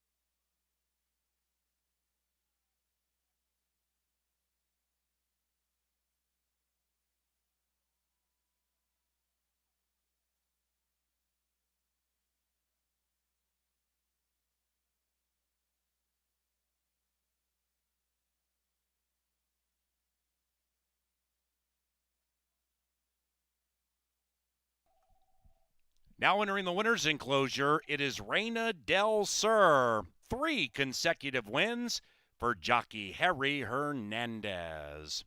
This one is owned by Patrick Kuda and Rick Engel, and the winning trainer, Cody Rosine. It's official.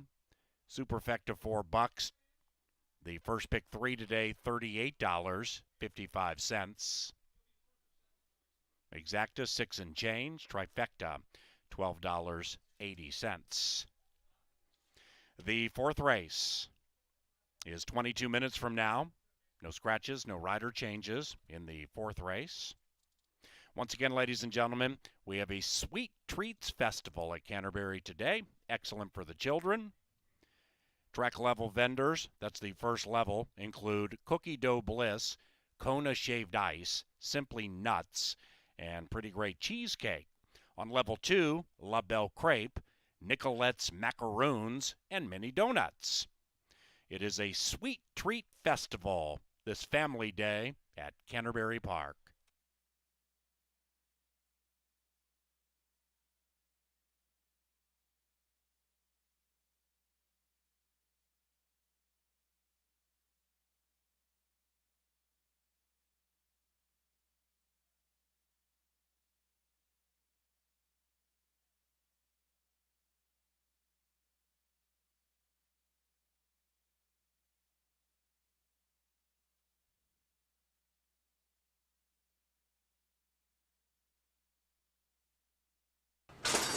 And they're racing Reyna del Sur and Full Speed Astern. Full Speed Astern indeed. And the Minnesotan Nora's Legacy joins them to the outside. And as they head around the turn for the first time, 3 and 1 separate themselves. But Ruben Fuentes and Nora. Ladies and gentlemen, we had 2 claims in race number 3.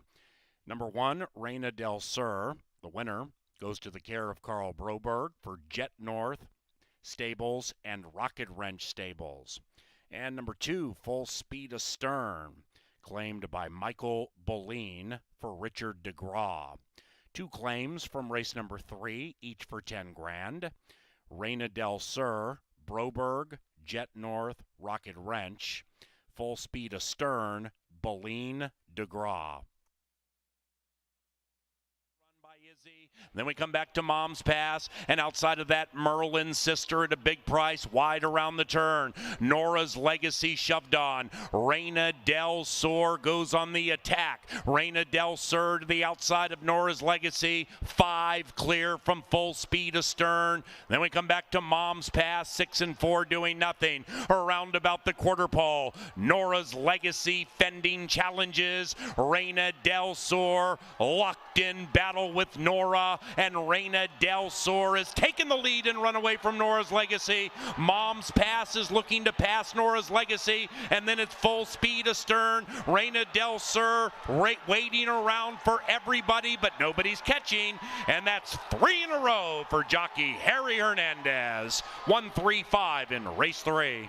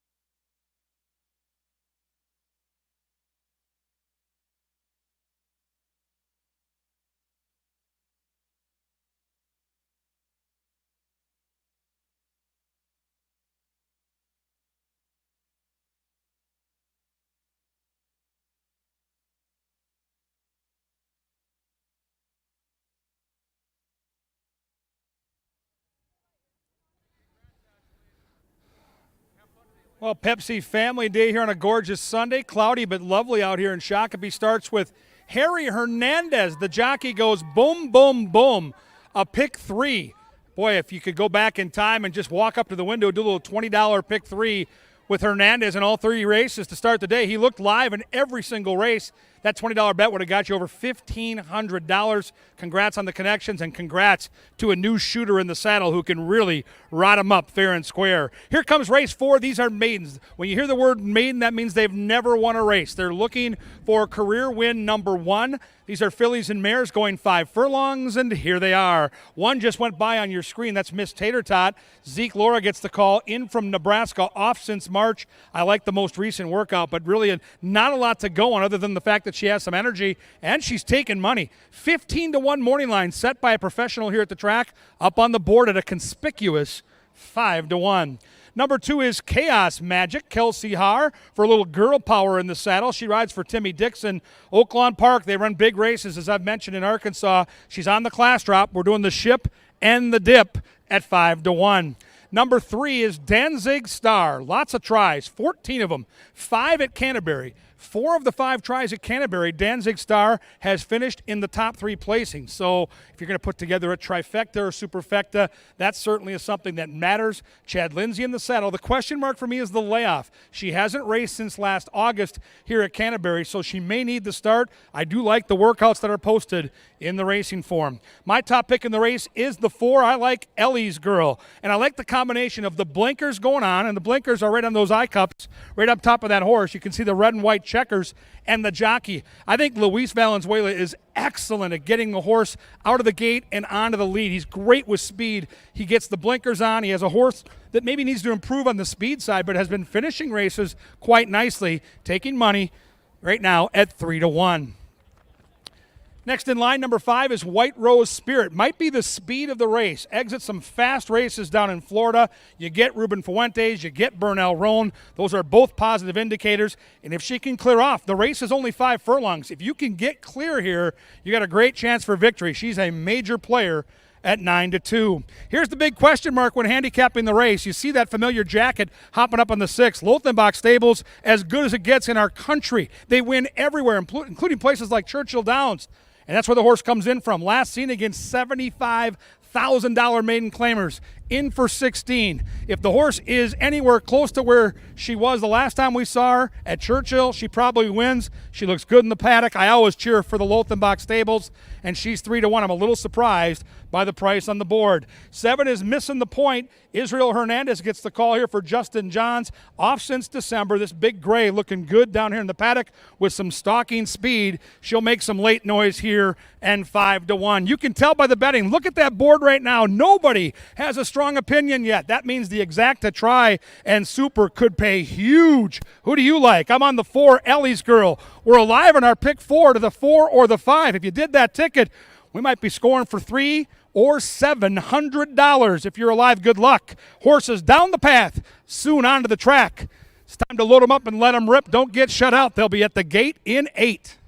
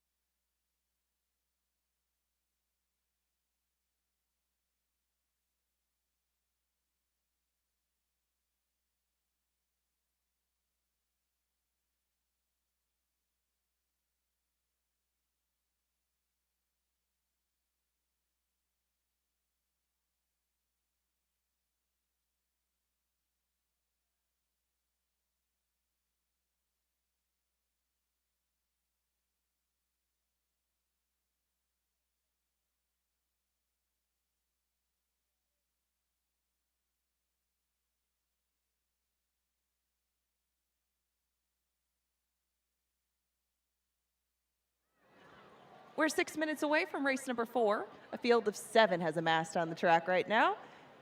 Win, place, show, exacta, trifecta, superfecta, pick 3, and double wagering, all available in this very evenly matched group of 7. Your very slight favorite by a little less than $30 is the 6, a part of my charm, on screen now.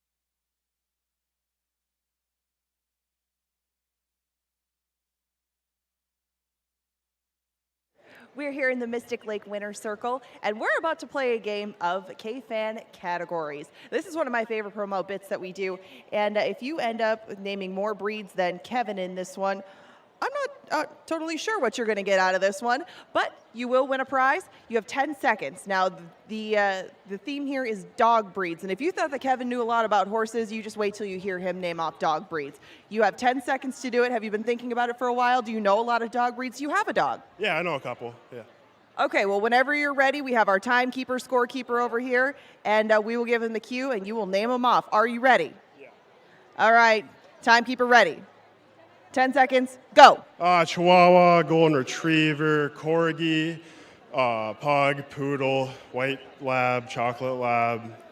All right, that's time. How many did we get? All right, we have 8. 8 is the mark to beat. Now, Kevin is going to be on the screen behind us. Let's take a look and see if he can top that.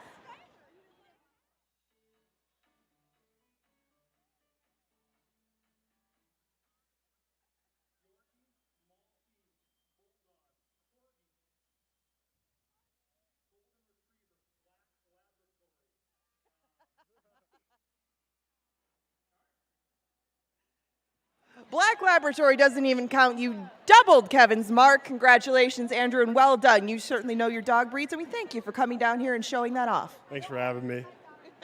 K-Fan Categories is a fun thing that we play each week on Family Day. If you'd like to get involved in any of our promotions, check them out online at canterburypark.com and come and join us every Sunday at 1 p.m.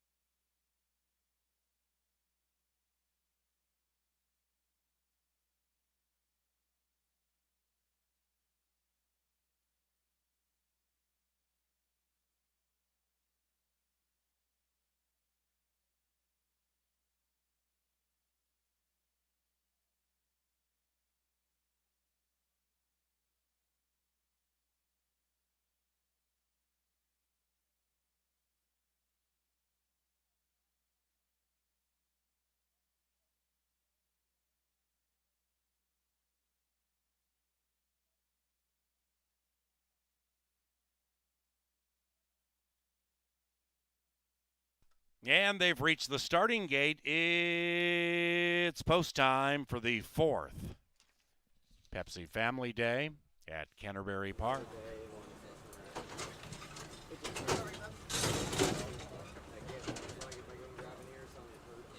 Ashley's Race to the Altar is in the winner's circle.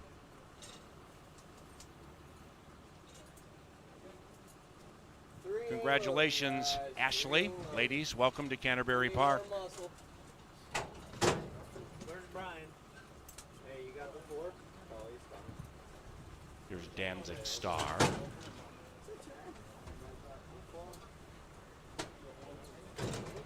Two back, missing the point, and the con.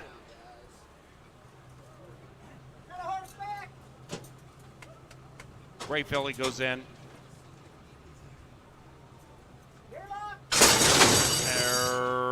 Racing. Danzig Star pops out of the gate. So does A Part of My Charm. And A Part of My Charm in her 2022 debut. She takes the lead, opens up 1.5. Missing the point in Izzy. Rallying up into second. Then we come to Chaos Magic, about 5 from the lead. And joined by Eli's Gal. Make that Eli's Girl. Then we come back to White Rose Spirit, 7 lengths behind A Part of My Charm. About to be joined by Miss Tater Tot, the one in last, Danzig Star. 13 covers them. They have a quarter of a mile to go. And Luis Fuentes and A Part of My Charm, uber confident as they head for home. A Part of My Charm at 1 to 5 has run away from them. And A Part of My Charm is gone.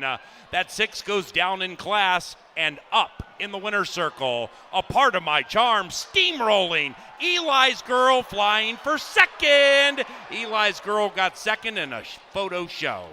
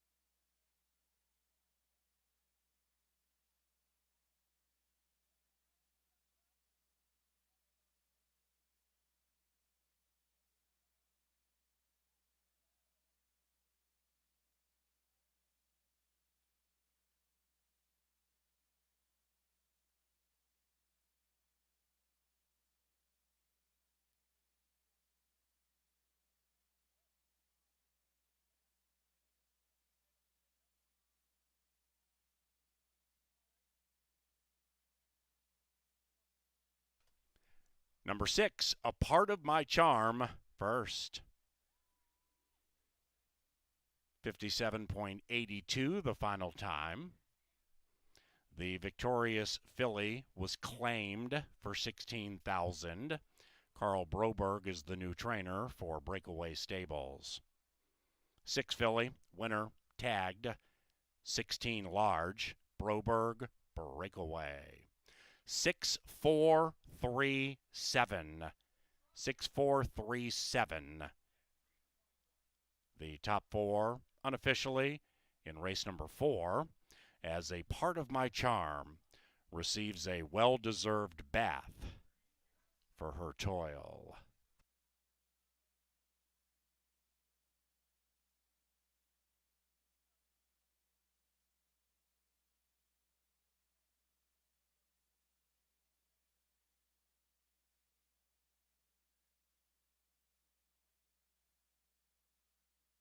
Race number 4 is official. The 5th race begins the 50-cent pick 5 on the final 5 live races today. Turf Firm, rail all the way in. Scratch numbers 3, Candy Wampus, and 12, Vivo. Fifth race on the Firm Turf Course, 22 minutes from now. Into the winner's enclosure, A Part of My Charm and Luis Fuentes. The winning owner, Lothenbach Stables, and the winning trainer, Joe Burnt.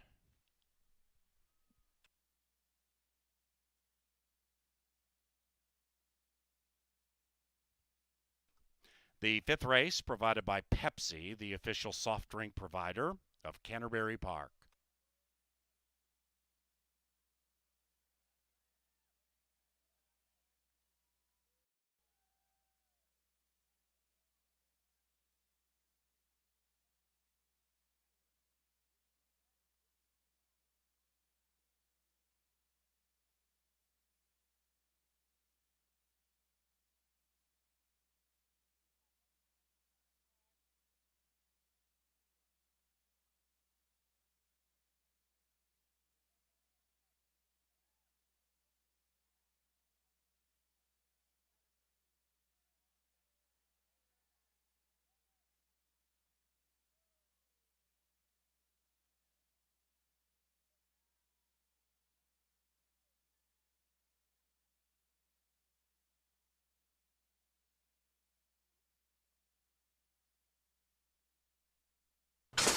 And they're racing. Danzig Star pops out of the gate. So does A Part of My Charm. And A Part of My Charm in her 2022 debut. She takes the lead, opens up 1.5. Missing the point in Izzy. Rallying up into second. Then we come to Chaos Magic, about 5 from the lead. And joined by Eli's Gal. Make that Eli's Girl. Then we come back to White Rose Spirit, 7 lengths behind A Part of My Charm. About to be joined by Miss Tater Tot, the one in last, Danzig Star. 13 covers them. They have a quarter of a mile to go. And Luis Fuentes and A Part of My Charm, uber confident as they head for home. A Part of My Charm at 1 to 5 has run away from them. And A Part of My Charm is gone. That 6 goes down in class and up in the winner's circle. A Part of My Charm steamrolling. Eli's Girl flying for second. Eli's Girl got second in a photo show.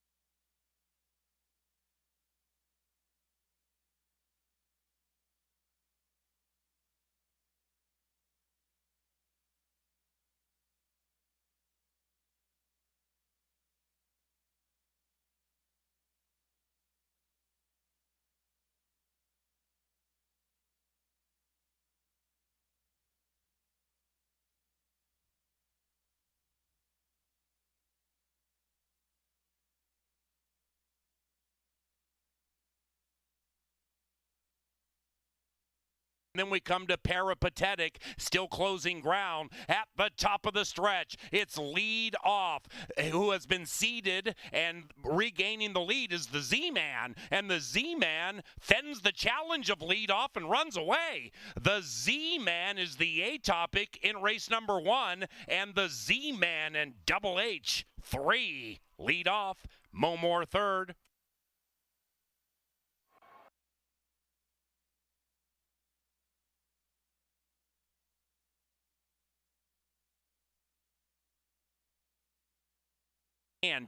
Super Fortune fights on to the inside. Then it's Warning Label, Braska, Twilight Liaison, and Golden Star Rock closing from behind, but so far out of it. And up goes Bold Minister, and Bold Minister spurts clear. It's Bold Minister preaching in the winner's circle. It's a double sweep for the trainer and jockey.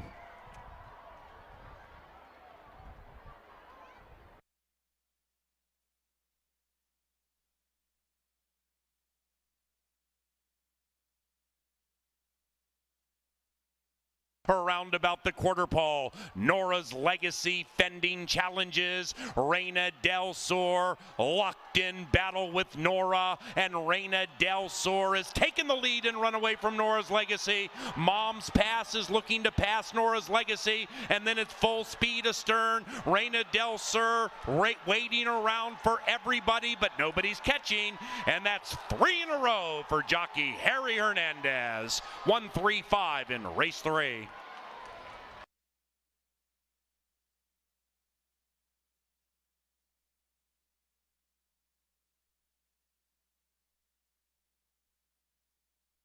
And a part of my charm, uber confident as they head for home. A part of my charm at 1-5 has run away from them, and a part of my charm is gone.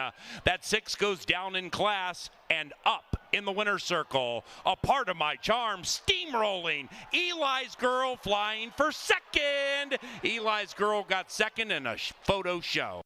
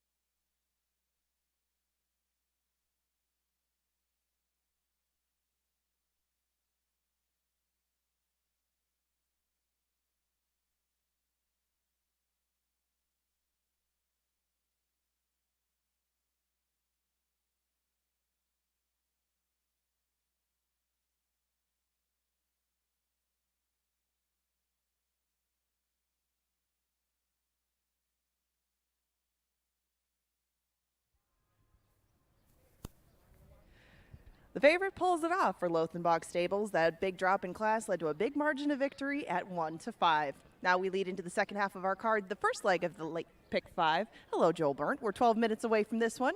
Take out the main track only, number 3, Candy Wampus, and the far outside runner, Vivo. We'll go to the turf course and we'll go a mile. Minnesotans join us for this mile event. The 1 Tri-Spot leads things off. Now note that he does not run with Lasix. This one's going to make his first start of 2022. Tri-Spot Doesn't have any speed to him. He'll need some pace to develop up front, but he does own both of his lifetime victories over this turf course. 25-1 right now on the Rail Runner. Half that price just about on the 2, Loring Park. Loring Park looks to put wins back-to-back for the Lothenbach team. Joel Burnt will bring him back to the track for the first time this year.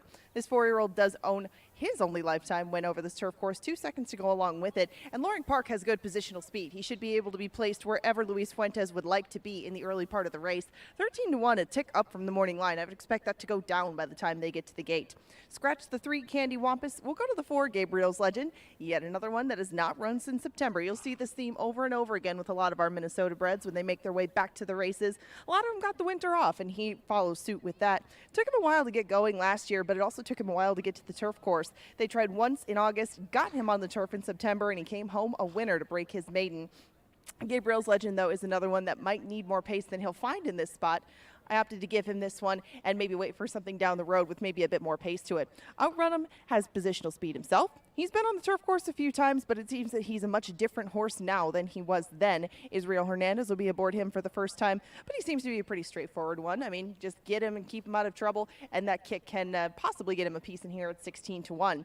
4-5 is the price on the big imposing Ben's Malice, who had a good winter down at Tampa. You can see seconds and firsts in all of those races on the turf down in Tampa, and those heats get salty in those non-1Xs. That explains the 4-5.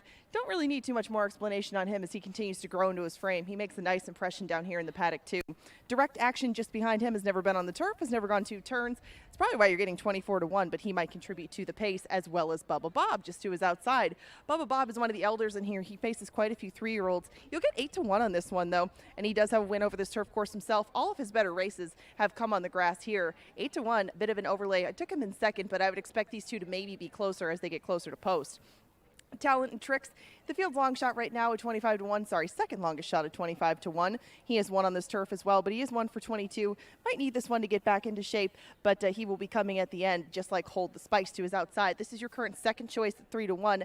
Hold the Spice always makes his presence felt on this turf. He's never missed the board, but he has finished second and third, a lot more than he's won. Hold the Spice, one you'll have to watch for late with the hot jock Harry Hernandez in the saddle. Finally, Mystifier follows him out of the paddock. He's getting a little bit warm. I mean, it's a hot day. You get 10-1 on Mystifier, who himself is making his seasonal debut. Only 5 starts to him, though. This one probably has better days ahead of him, and 10-1 seems very square on Mystifier. They head out for the 5th right now. We're 9 minutes away from it. Remember, this is the start of the 10% takeout pick 5. Other options includes Exacta Tries Supers, Win Place Show, pick 3, and double wagering. Kevin Gork has put together a ticket for you in the pick 5. He'll present that to you shortly.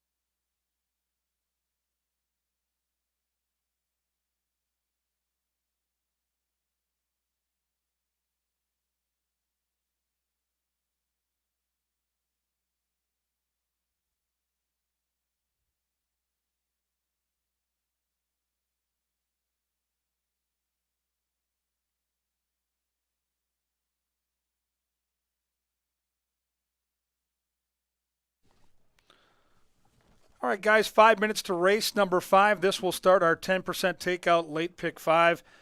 And I've tried to put together a very affordable ticket today of $40. And to do that, you have to be a little brave on the front end because there are 11 horses here. And there's no question, Ben's Malice looks like the horse to beat. But with a field this crowded and a horse that we know is going to be off the pace, there could be some traffic, and our turf races have provided a bunch of upsets. So we're going to have to trust jockey Alonso Quinones to get the trip here. I think he is on the best horse in Ben's Malice. I like the way the horse sets up for this race. And if you can get through this leg with just one horse in a field this crowded, then you can spread as the sequence goes on. And I'm going to use race 6 as my spread race because I think it's wide open. I think any horse in the gate can win.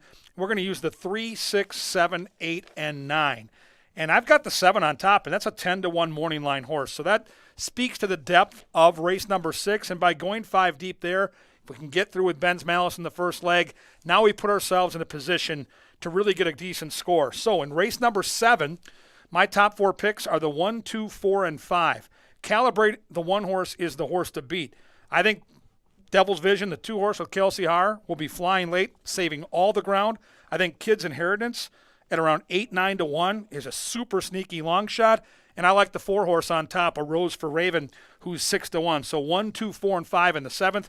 In the 8th, once again, we're going to use my top 4 horses, 1, 2, 6, and 7.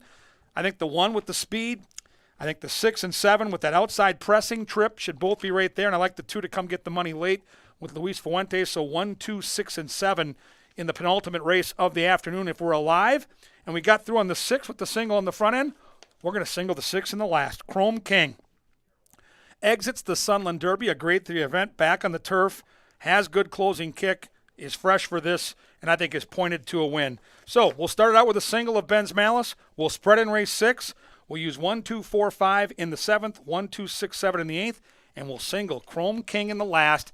That pick 5 could pay hundreds. Really, if you get some upsets in the middle, very easily could eclipse $1,000. You've got 3 minutes right now to get the bets in. The pool is climbing. There's not a track in the country that offers a better deal for you, the fan. 10% takeout, lowest in the industry. You can't win it if you don't get in it. Get those pick 5 tickets in right now. They'll be at the gate in 3 minutes.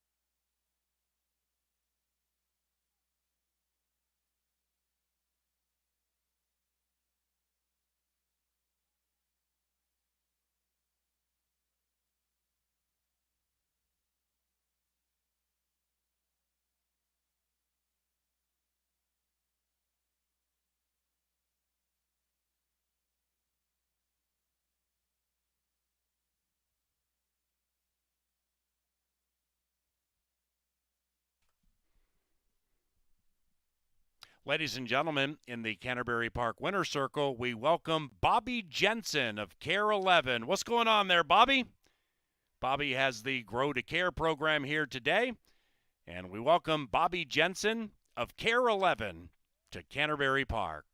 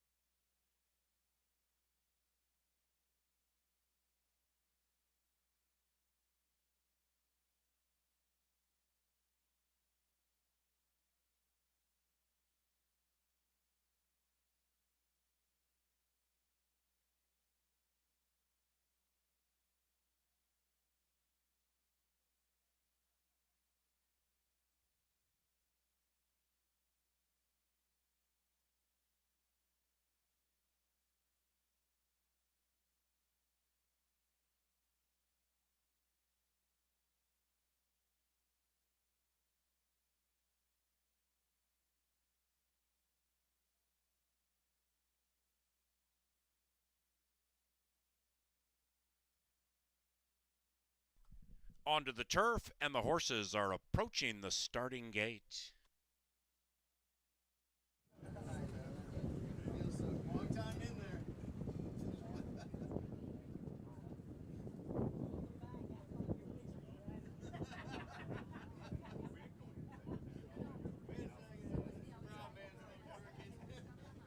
Rain came out.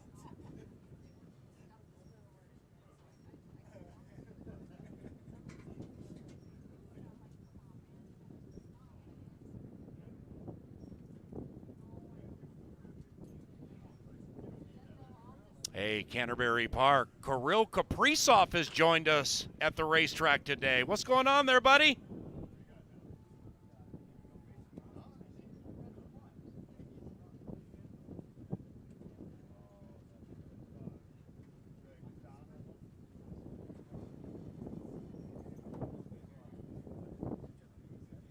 They've reached the gate. It is now post time. Big field, first turf race. Ben's Malice, even money. The favoritism on Ben's Malice has been steady. First to last click. Earnings at 75K through 8 starts. 5 for 5 on the turf in the top 2. Broke his maiden at Canterbury 10 months ago. And is here from Tampa Bay Downs. Ben's Malice just ran a nice second $75,000 turf race at Mr. Grunder's racetrack. Loring Park, rambunctious. The 10, Hold the Spice, ridden by Harry Hernandez.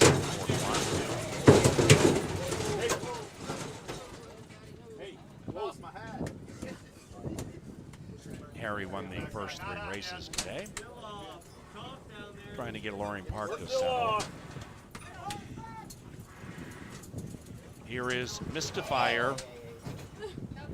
Minnesotans on the turf, and here they are. Don't pull that Reyna.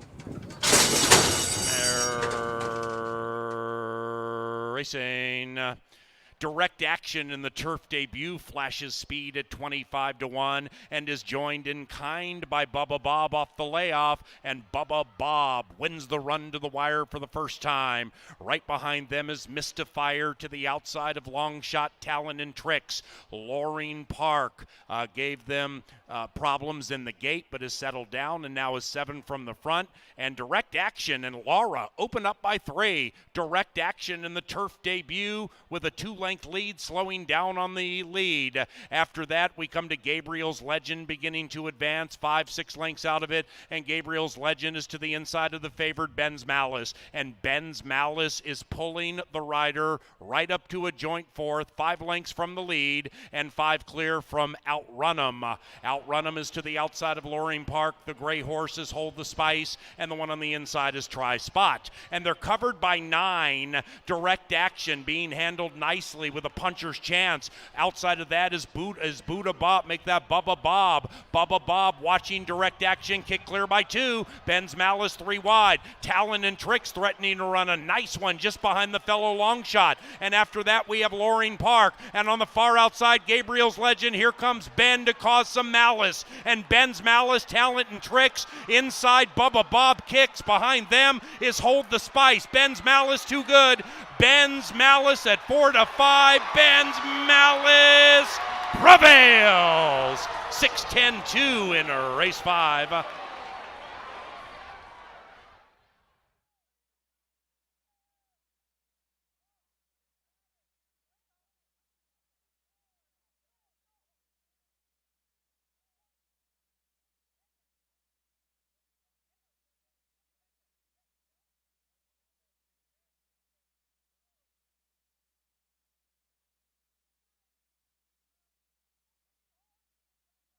Photo.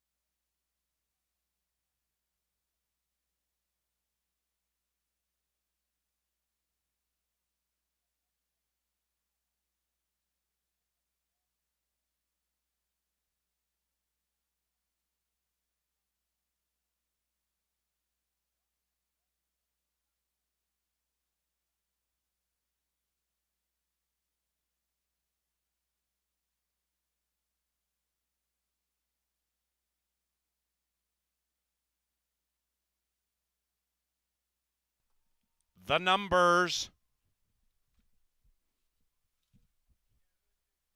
610 to 8. Ben's Malice first. 136.27 was the final time. 41-8 in the pick 5 pool.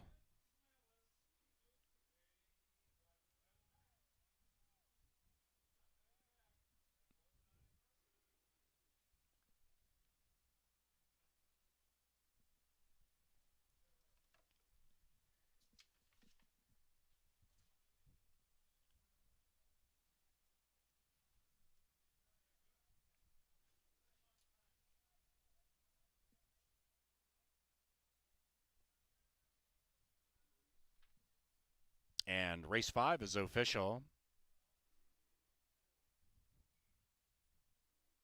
Pick 3 paid $5 and small change. Exacta $6.80. Trifecta nearly $13. And into the winner's enclosure, Ben's Malice and Alonzo Quinones. Pete Matson is the winning owner, and the winning trainer, DVW, David Van Winkle. Ben's Malice is a 3-year-old chestnut gelding by Palace Malice out of Miss Molly by Golly. Bred in Minnesota by the winning owner, Mr. Pete Matson. Race 6 is courtesy of Think Minnesota Realty and thinkminnesota.com. By the way, Father's Day weekend, very big here at Canterbury. We have barbecue June 18th and 19th. Father's Day is the 19th. So come on out to Canterbury for Father's Day, June 19th or the day before, the 18th, 5 o'clock on Saturdays, and enjoy some elite barbecue. Race number 6, back to a fast main track, scratch numbers 2 and 4.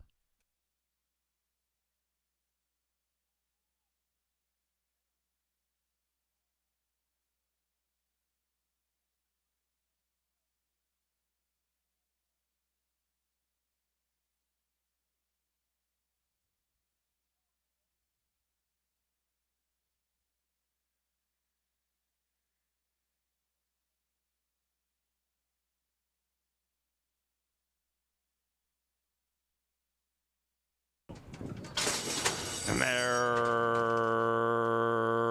racing. Direct Action in the turf debut flashes speed at 25-1 and is joined in kind by Bubba Bob off the layoff, and Bubba Bob wins the run to the wire for the first time.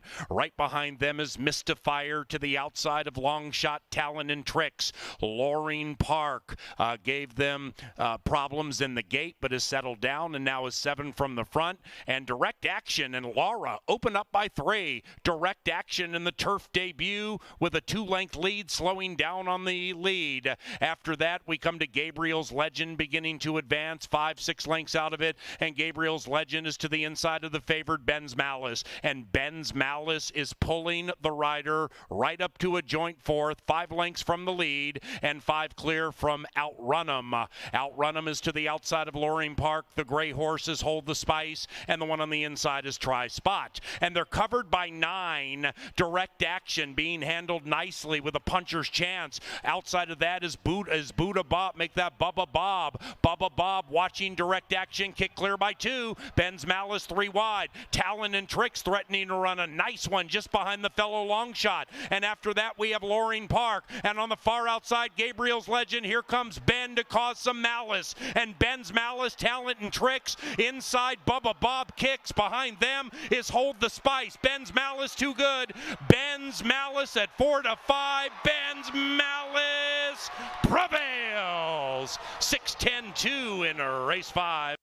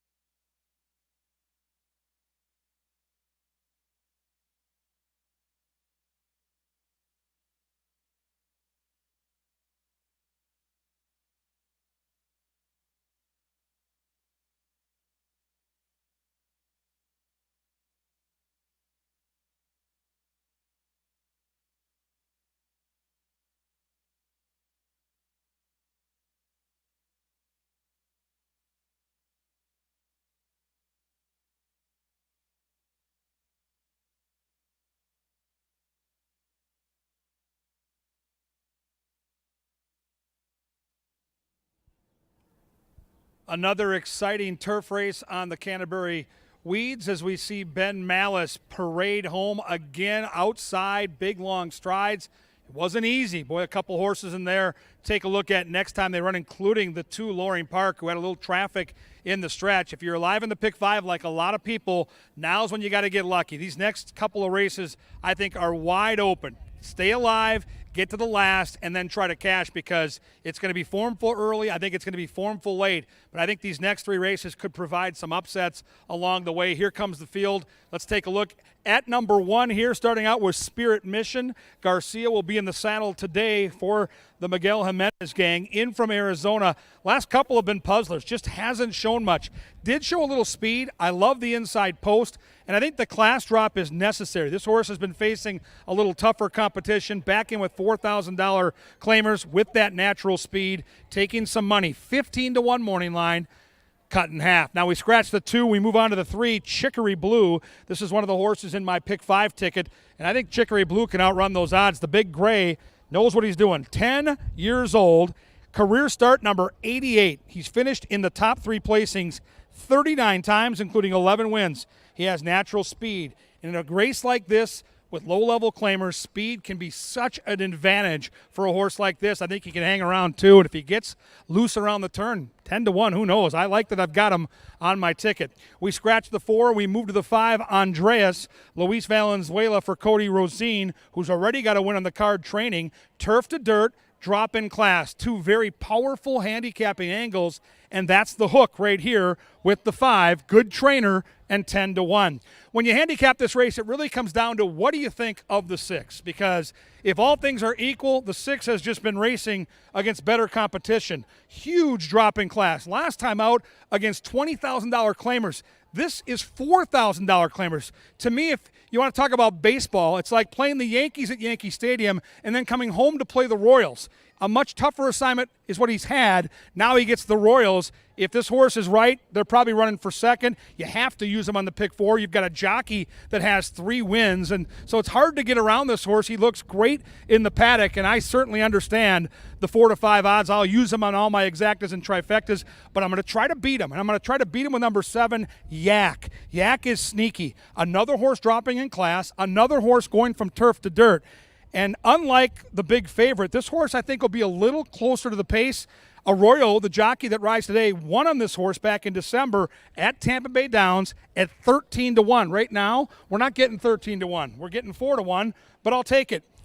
Number 8 is Side Street Dave. Kelsey Haar has speed. We saw her go wire to wire already this weekend. She's great when she gets the front. She might find herself on the lead here, and she's 6-1. Another great to the outside is number 9, Unbroken Song. Another Nevada Littman horse, Alonso Quinones rides. Another horse that's going turf to dirt, and this horse also has natural speed. It's a wide open race. You can tell outside of the 6, the other ones, people can't figure out who the second choice is even going to be. It's a big race. There's lots of betting options, exactas, tries, superfectas. Who do you like? Angela Herman, who's great at putting together pick 4s, will have a ticket for you. It's an affordable ticket. She'll be next from the Canterbury Park studios up in the press box. Right now, we send him onto the track. It's time for the bugler. It's time for the call to the post. Good luck.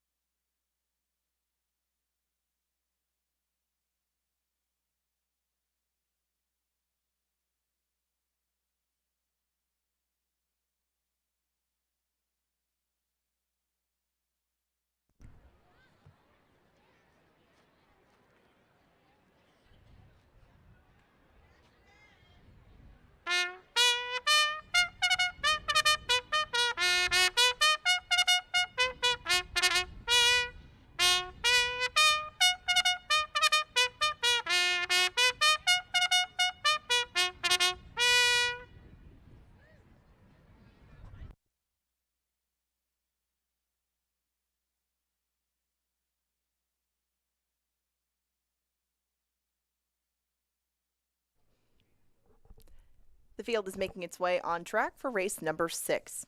We are 6 minutes to post in the 6th race. They'll go 1 mile on the main track. Scratch number 2, Where's Jordan? And number 4, Marden. Betting options remain intact, and they include win, place, show, exacta, trifecta, 10-cent super, doubles, pick threes, and the first leg of our 50-cent late pick 4. Your current favorite at 4 to 5, now on screen, most satisfactory.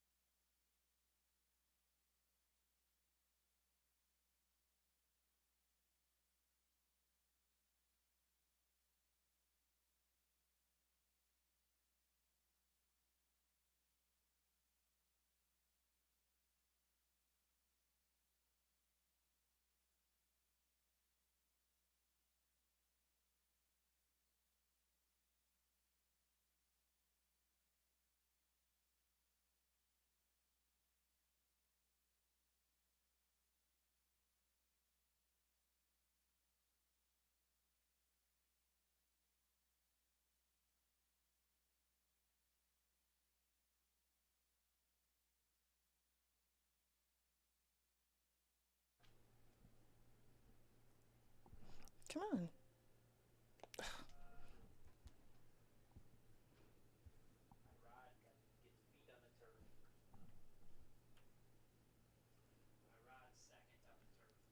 Welcome back to the studio. This is the beginning of our pick 4, and the single in the ticket that I've put together is going to be the site of my angle for the day.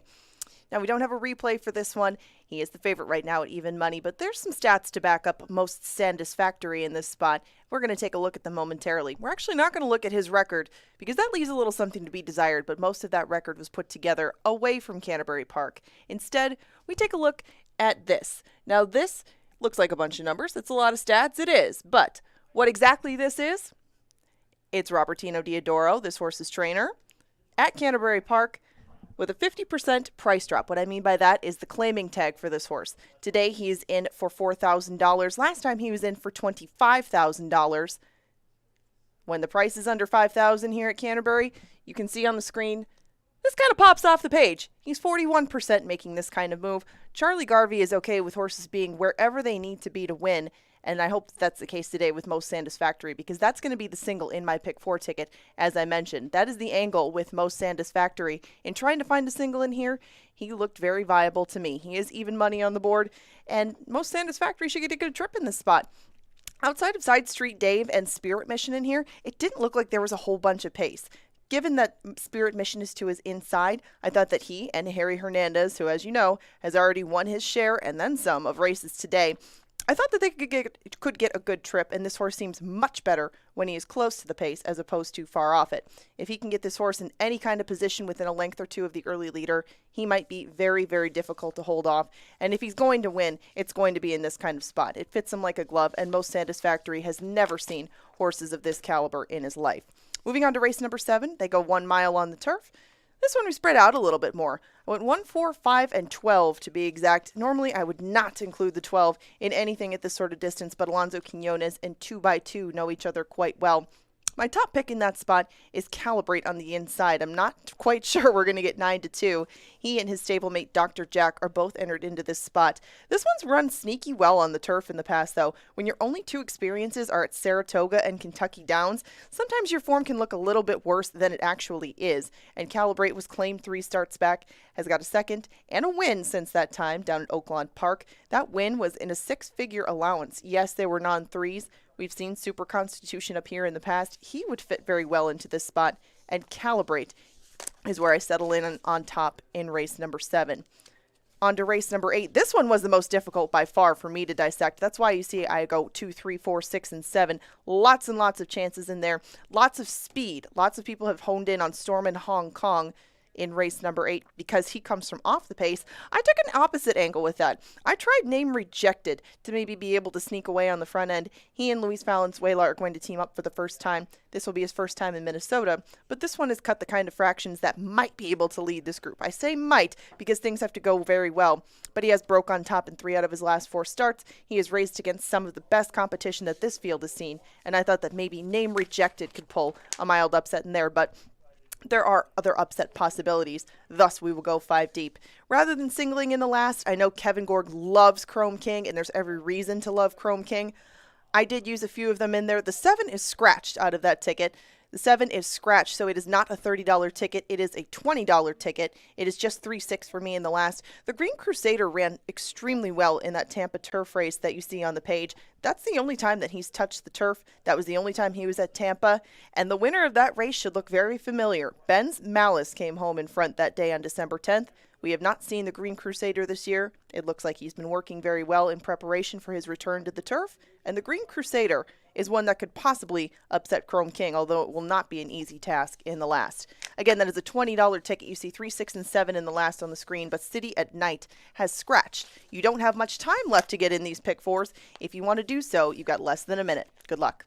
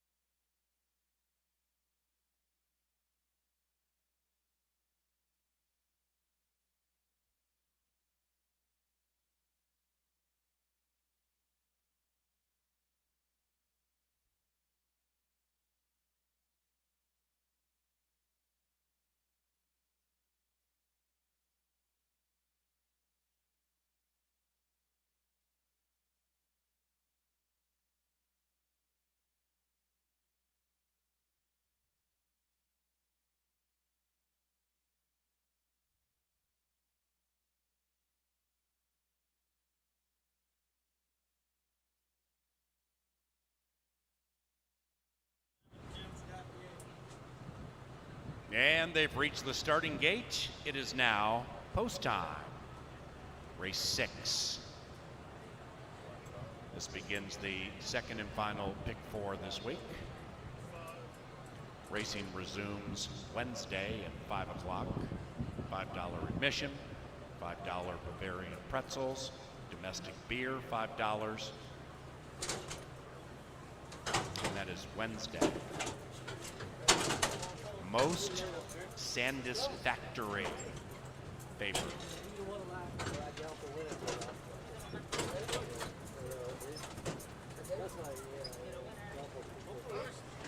One out.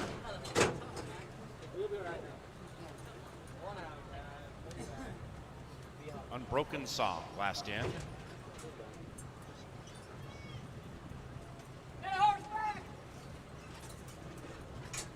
All in.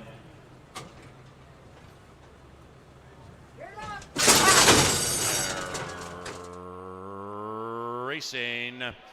Spirit Mission on a speed-laden mission at 12-1 on the inside, and number one as they corner for the first time. It's Spirit Mission leading it from Side Street Dave, who's close handy, and that one's to the outside of Most Sandis Factory, and the favorite now claims second. The white horse to the inside is the 10-year-old veteran Chicory Blue, about 3 lengths behind that to fellow gray Yak, and Yak's to the inside of Unbroken Song, and the one at the rear is Andreas. 9 covers them up the barn side on a beautiful Sunday in Shakopee. Spirit Mission a half.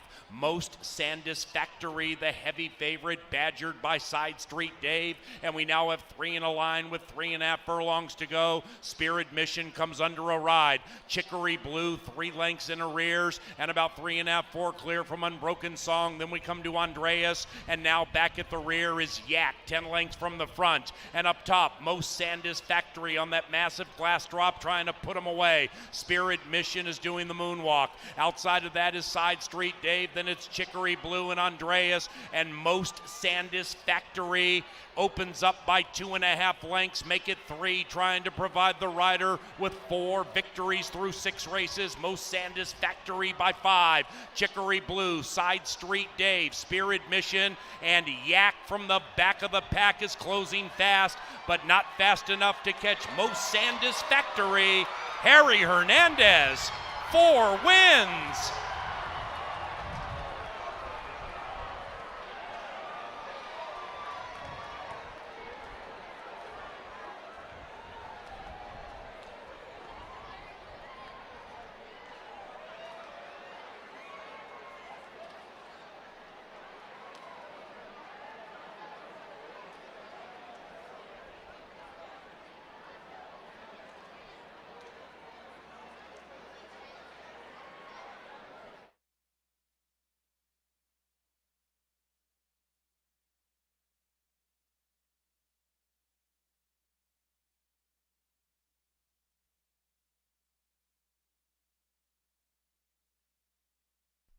Number 6, Most Sandis Factory ran first.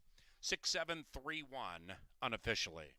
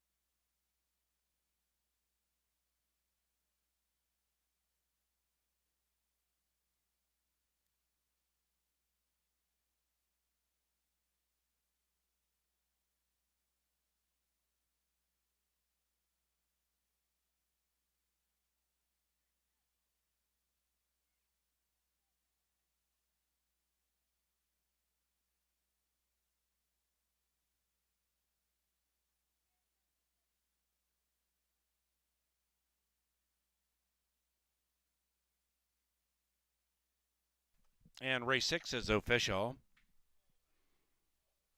Superfecta, $9 and change, double. And to pick 3, $2 and change. That exacta, 6-7, paid $6.30. The 50-cent trifecta was chalk all odds. It paid 13 and change. The 7th race takes us back to a firm turf course. Big field, too. No scratches, no rider changes. Race 7, 22 minutes from now.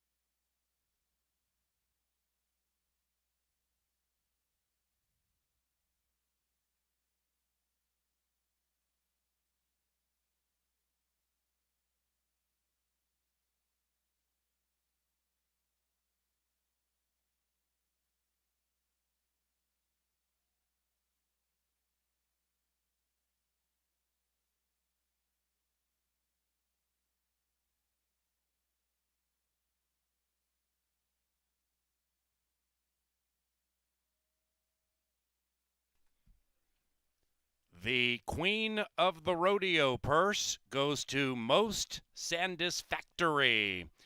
That's 4 victories for new Canterbury rider Harry Hernandez. The winning owner, Charles Garvey. The winning trainer, Dio Robertino Diodoro.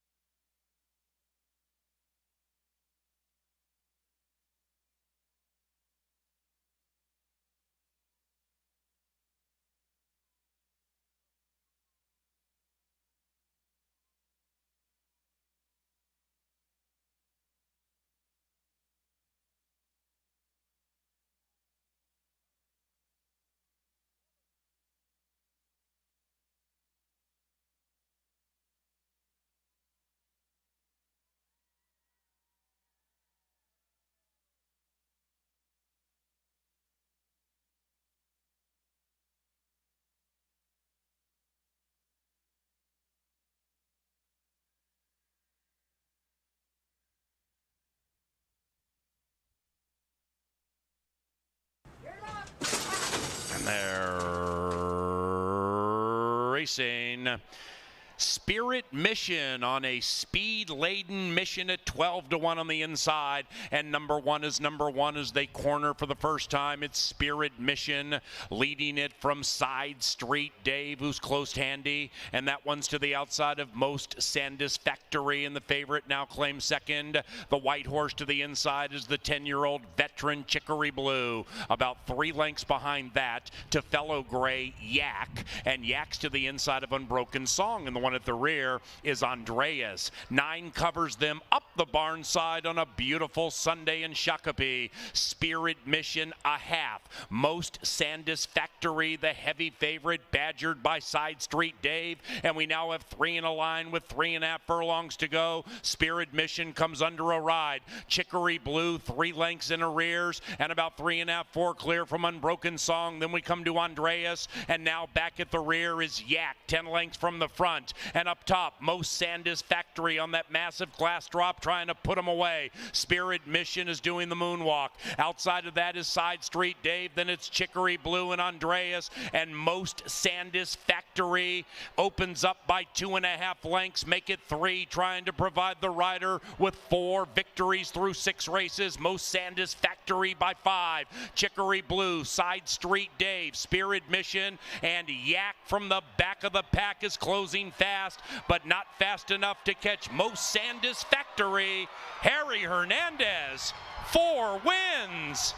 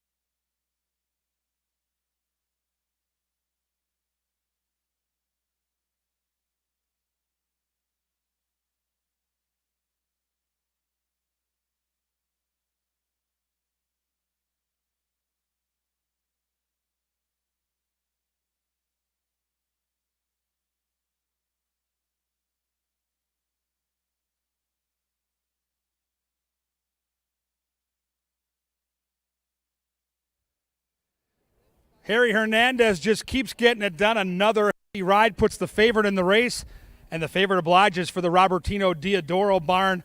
A little bit of a chalky start to the pick 5. We're going to need to find some prices here as the sequence rolls on. If you're alive, you're not alone, but keep the faith. This next race looks like an absolute wide open, typical turf race at Canterbury, where Paul Allen and I talked in our Today at the Races program, which is a handicapping seminar we do on the weekends right before the first race. And we believe somewhere between 10 and 15 to 1 so far is the average win price on our turf races this year at Canterbury. So if you like long shots and you like big exactas, trifectas, and superfectas, you've got to focus in on the turf at Canterbury. And to me, as I looked at the race card today, this was the one race that just reeked of something crazy happening. I hope you can find it. We'll take a look at these horses as they parade around. Don't forget, we do not race tomorrow.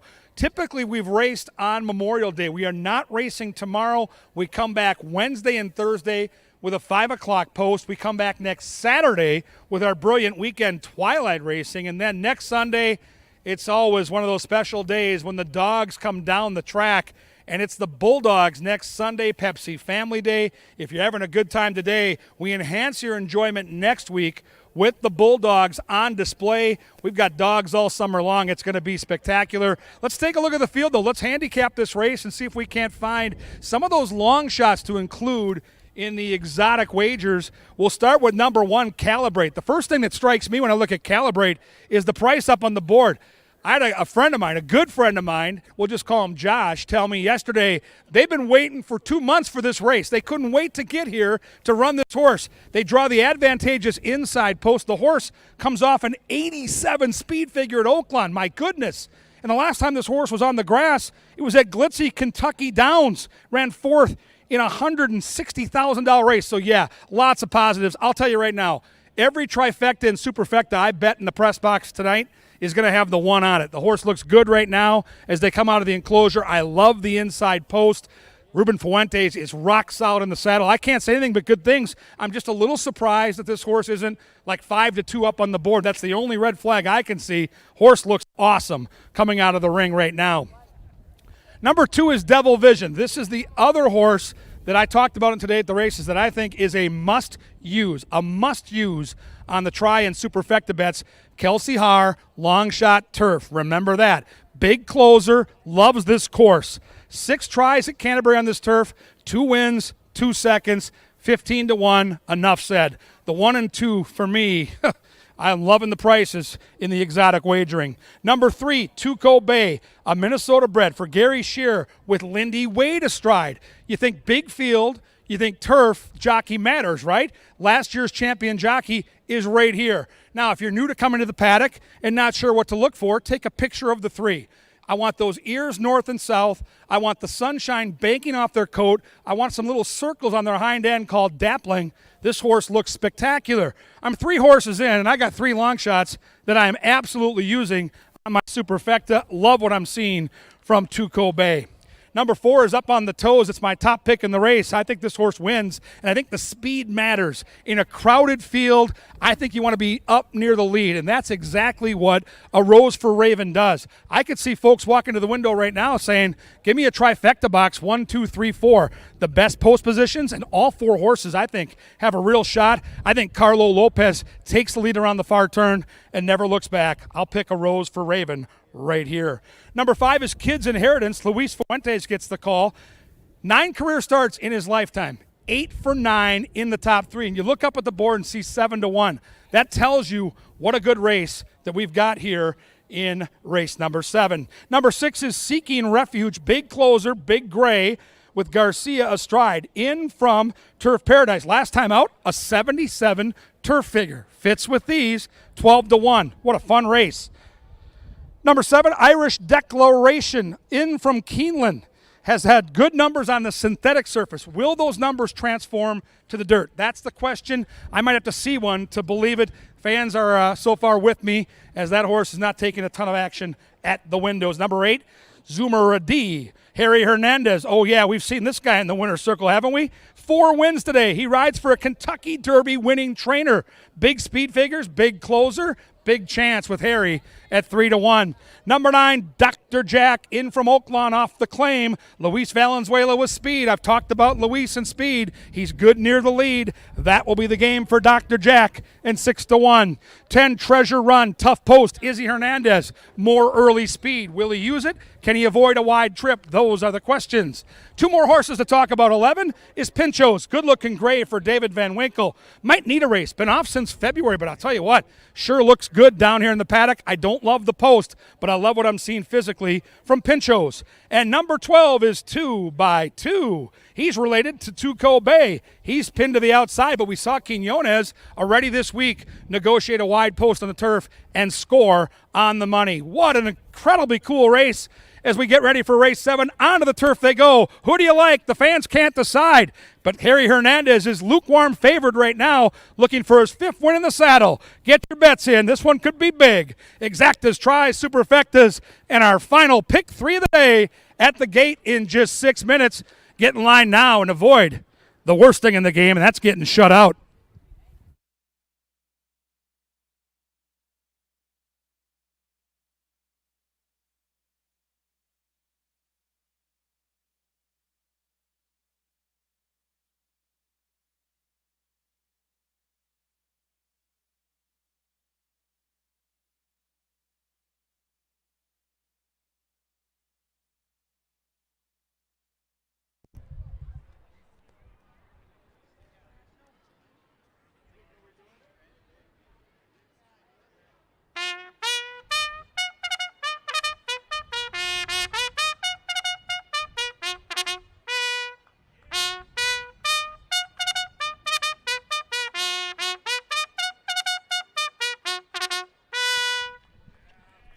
The 7th race is about 5 minutes from now to the beautiful firm turf course.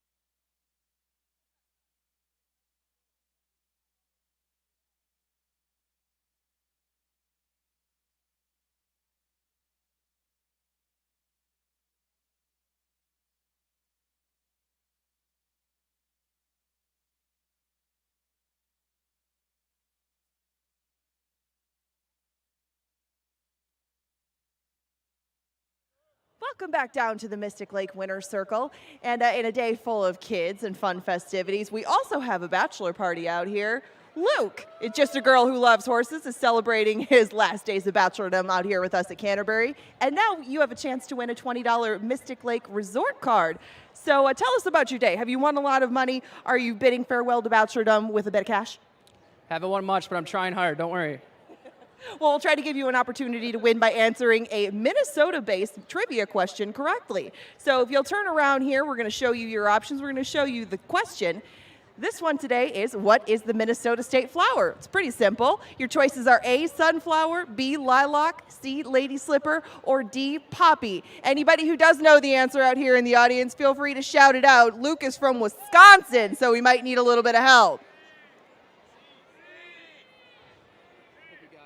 Okay, you got your final answer set? What do you think? Final answer, C.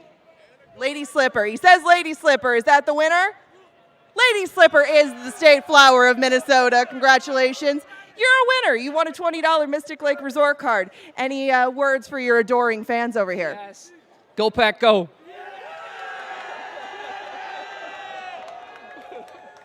That's what we have to offer from Minnesota Trivia down here in the Mystic Lake Winner's Circle. Congratulations, Luke.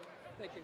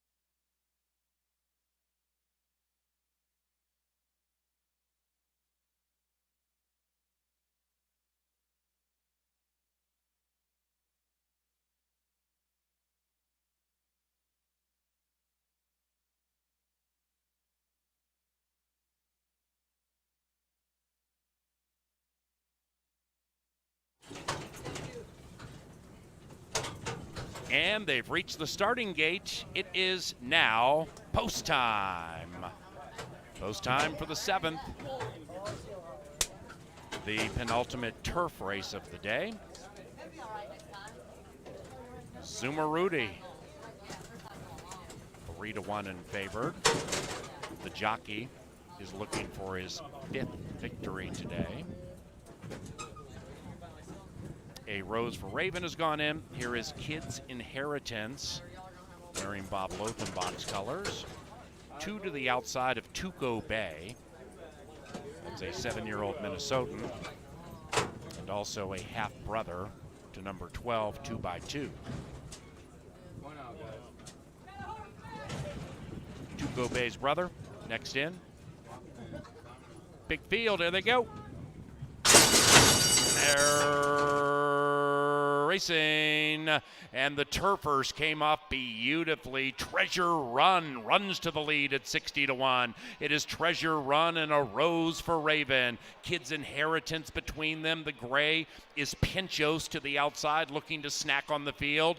Dr. Jack just to the inside as they go around the turn for the first time. Tuco Bay, 7 lengths from the front. Hot early pace. Treasure Run, this long shot, picks up the tempo and opens up by 2. Thus, the field is well strung out. Calibrate, normally closer to the lead, about 8 lengths out of it, and to the outside of Zumarudi, who's beginning to zoom in, blowing right by Devil's Vision. After that, we have Seeking Refuge, and the one in last is Irish Declaration. 13 from front to back into the far turn. Treasure Run and Izzy, about to be joined by a Rose for Raven. Kid's Inheritance, 3 wide. Outside of that is Pinchos, that's the gray, 5 wide. Racing to the outside of Tuco Bay, who's trapped to the inside. Next to that one is Dr. Jack. Then we come to Calibrate, nowhere to go. To the inside of 2x2. Behind that is Zumarudi, beginning to zoom in, but with not much room. Behind that, Devil Vision to the outside of Irish Declaration. And meanwhile, at 60-1, Treasure Run still leads. Here comes Tuco Bay with a rush. Tuco Bay at 14-1. Minnesota Immortality goes streaking clear. And it's Tuco Bay and Lindy Wade to pull the upset. 3-1-2 in race 7.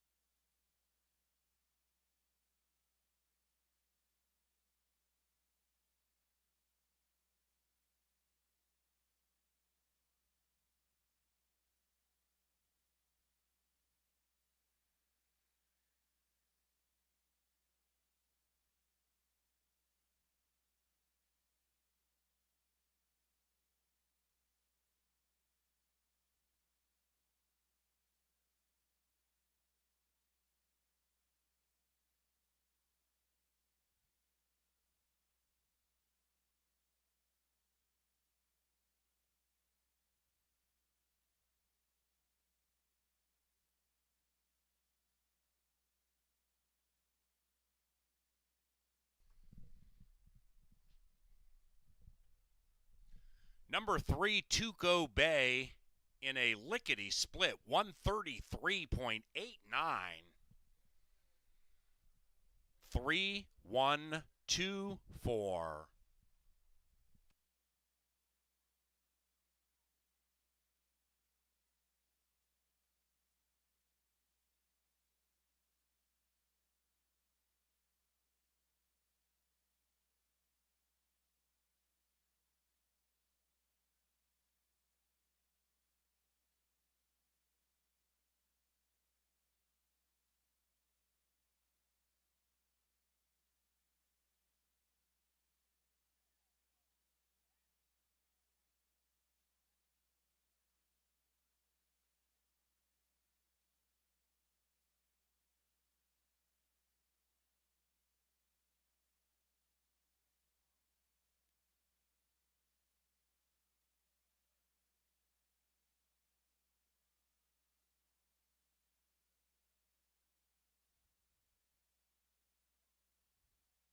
And the 7th race is official.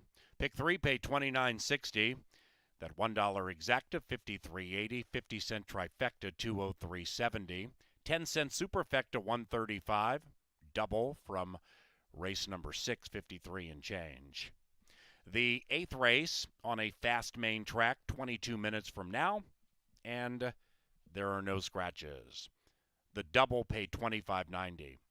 Check that, $25.90 for the $1 double.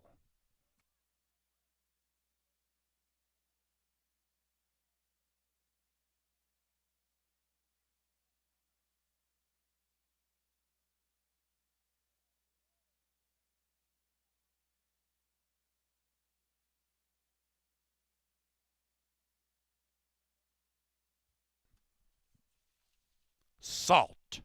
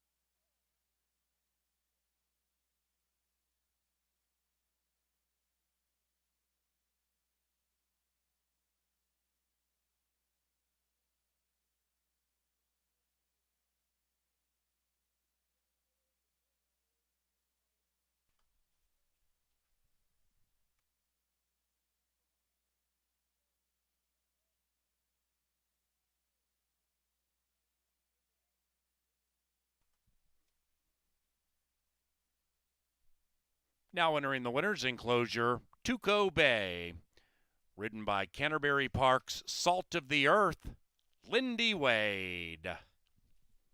Tuco Bay is owned by Al and Bill Allwelling and is a 7-year-old brown gelding by Nico Bay from the Include mare, 2 by Me.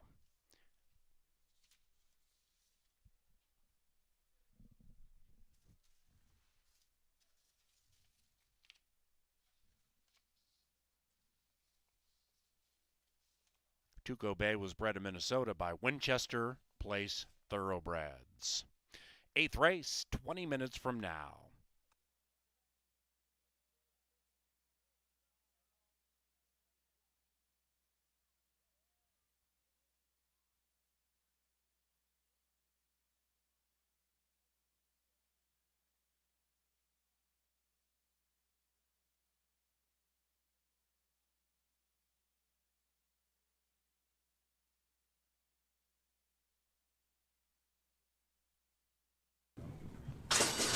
And they're racing, and the turfers came up beautifully. Treasure Run runs to the lead at 60-1. It is Treasure Run and a Rose for Raven. Kids Inheritance between them. The gray is Pinchos to the outside, looking to snack on the field.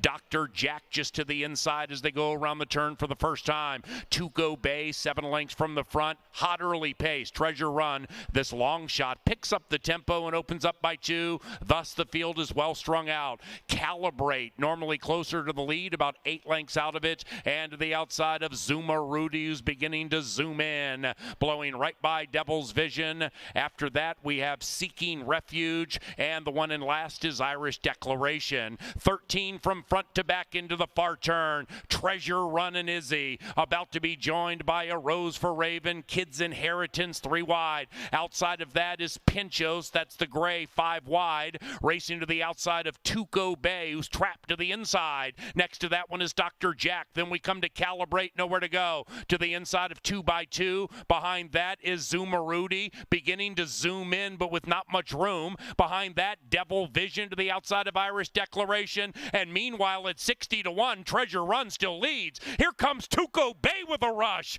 Tuco Bay at 14-1. Minnesota Immortality goes streaking clear. And it's Tuco Bay and Lindy Wade to pull the upset. 3-1-2 in race 7.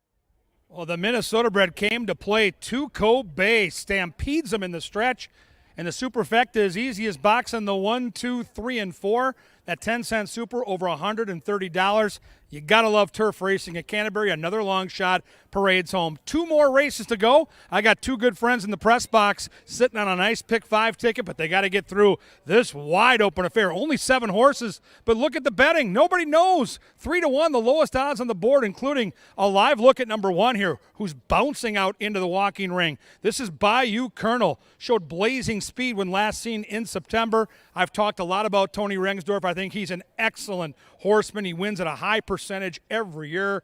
And I love these silks, the patriotic silks of Winchester Place Thoroughbreds. If he gets loose, I think the Colonel could be king today. 10-1, very sneaky indeed. I like a closer, though. I see a lot of other speed in the race, and I think something's going to have to give here at 6 furlongs on the front end. So I'm going to try the closer, number 2, Stormin' Hong Kong. The pace should set him up. He's in from Outrun Park. Trainer Chris Richard has a couple wins on the card, and Luis Fuentes can sit back early and make that winning run around the far turn. 7-2 on the deuce. Number 3 is Name Rejected. Luis Valenzuela for Oscar Flores has been flashing speed against tough horses down at Outrun Park. Gets a little class relief. Should be prominent. More good speed. Number 4, Dr. K for Tim Padilla. He had a horse go wire to wire yesterday at 7-1. Dr. K is up on the board at 9-2 and should be prominent throughout this race. Number 5 is Give 'em Heck Beck. The Silva Gang training and winning at 31%. Harry Hernandez, the jockey. That's right. The jockey looking for 5 wins on the card. That alone should give you enough reason to take a peek at this horse. 1 for 22 lifetime is a problem, but if you're putting together a trifecta, 9 seconds and 3/3. So you add that up, 13 for 22 in the trifecta. Always gets a piece, and you get Harry Hernandez. That's why you're getting bet right now. 12-1 morning line. You're not going to get that. Right now, 9-2. Maybe the speed of the speed here in line next. Lindy Wade, the jockey, looks to go back-to-back. He gave Tuco Bay that terrific ride. Lonely Private is super fast. Had the lead at Oakland 2 back going 22 flat. That is racehorse time.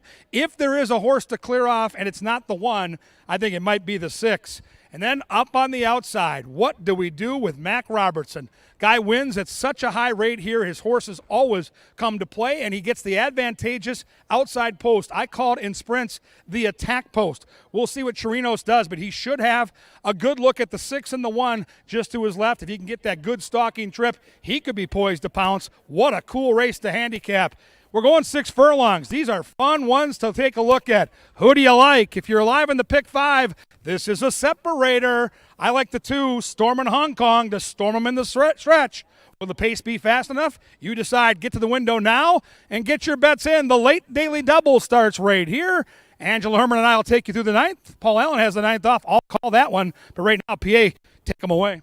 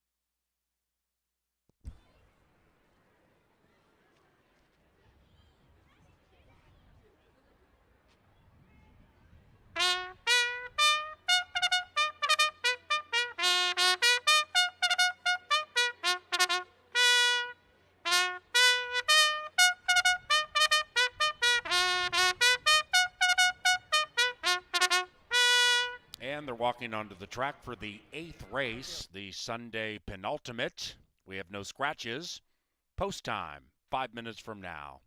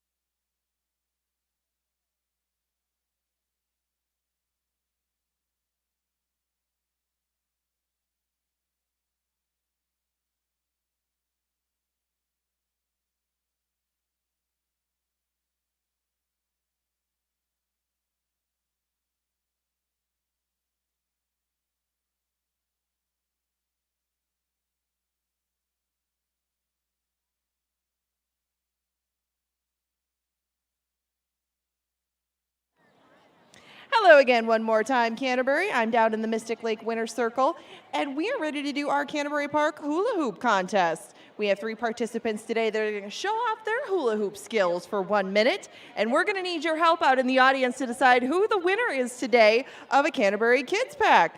So, our 3 contestants are going to come out here. We're going to let them hula hoop for 1 minute and pay close attention to the technique. Our 3 contestants today are Brooke. Come on over, Brooke. Take your spot here in the winter circle. We have Caleb with the pink hula hoop. And Kennedy with the blue. All right, guys, we're going to start some music. We're going to have a timer for 1 minute. And when that's done, again, everybody, we're going to need your help to pick the winner for today. Are you guys ready? Get set. Hula!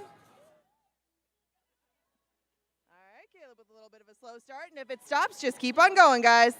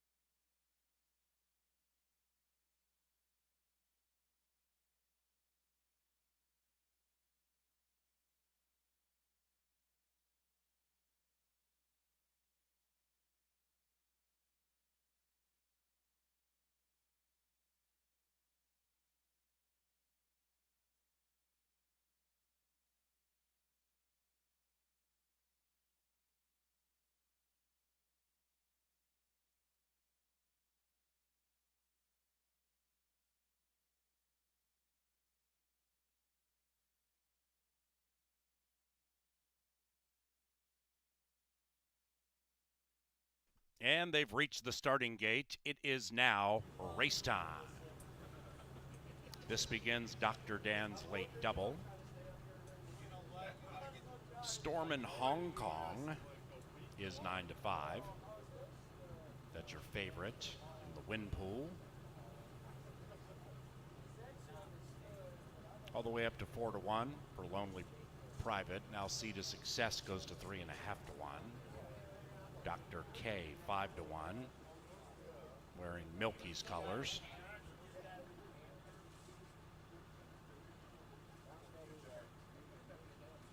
And they're moving him.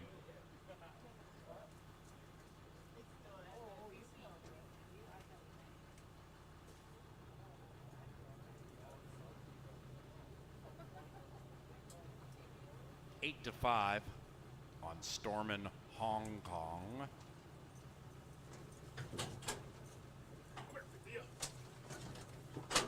Bayou Colonel, Dr. K, Stormin' Hong Kong.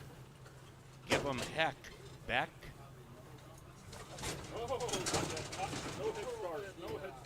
Name rejected. And here is Lonely Private. C to Success, last in line, 3-1.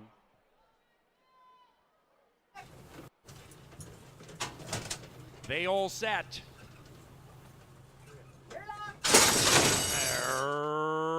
Racing. Give 'em heck. Beck pops out of the gate nicely, but not as fast as Lonely Private and Dr. K. Then on the inside, Bayou Colonel in the patriotic colors. That one is about 2 lengths from the lead, and Dr. K shows the way. Then we come back to Sea of Success, tracking coyly, 5 out of it, and about 3.5 clear from Give 'em heck. Beck. 2 after that is Stormin' Hong Kong, 10 lengths from the front.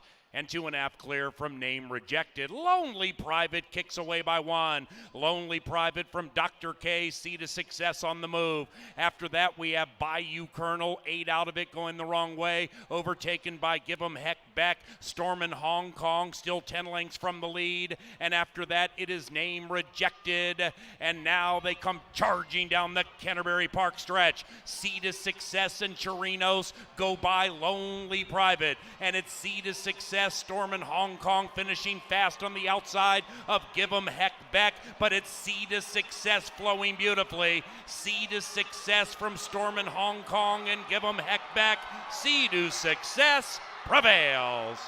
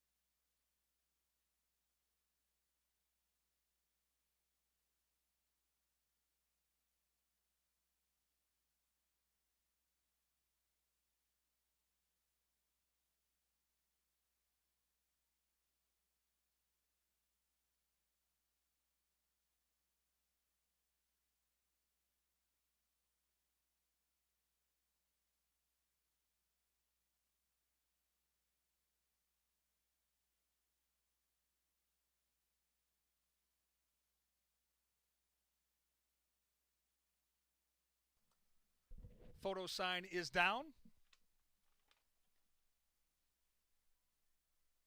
Second goes to 2, Stormin' Hong Kong. Third to the 5, Give 'em heck. Beck. Lonely Private, 6, closes out the Super. 7-2-5-6 in a snappy 109.62. Hold 'em all.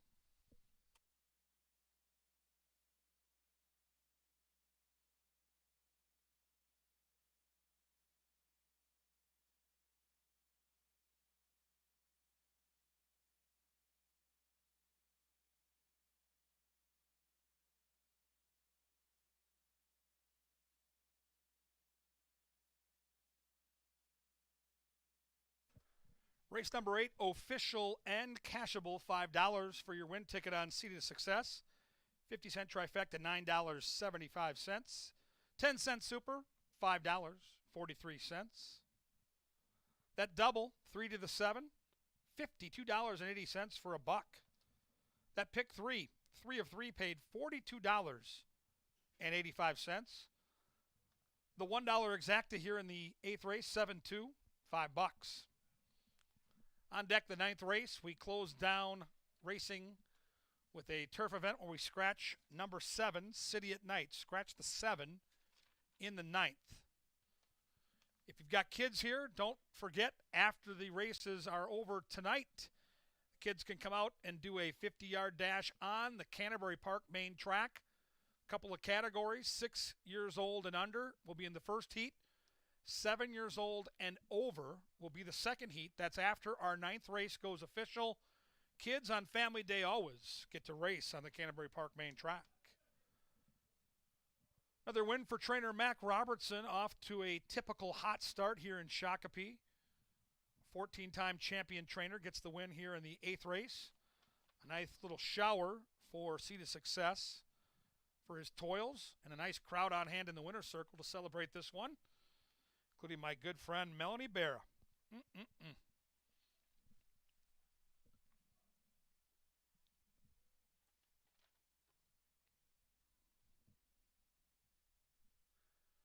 Getting set to come into the winner's circle, the official winner of our 8th race. Here is number 7, Seed of Success. Seed of Success is a 4-year-old chestnut gelding by Anchor Down out of Mannahatta, Fulton, Kentucky. Winning trainer, Mac Robertson. The winning jockey, Roymus Charonis. And the winning owner, Melanie Barra Anderson. Congratulations to the connections of Seed of Success. On deck, race number 9 at the gate in 21 minutes.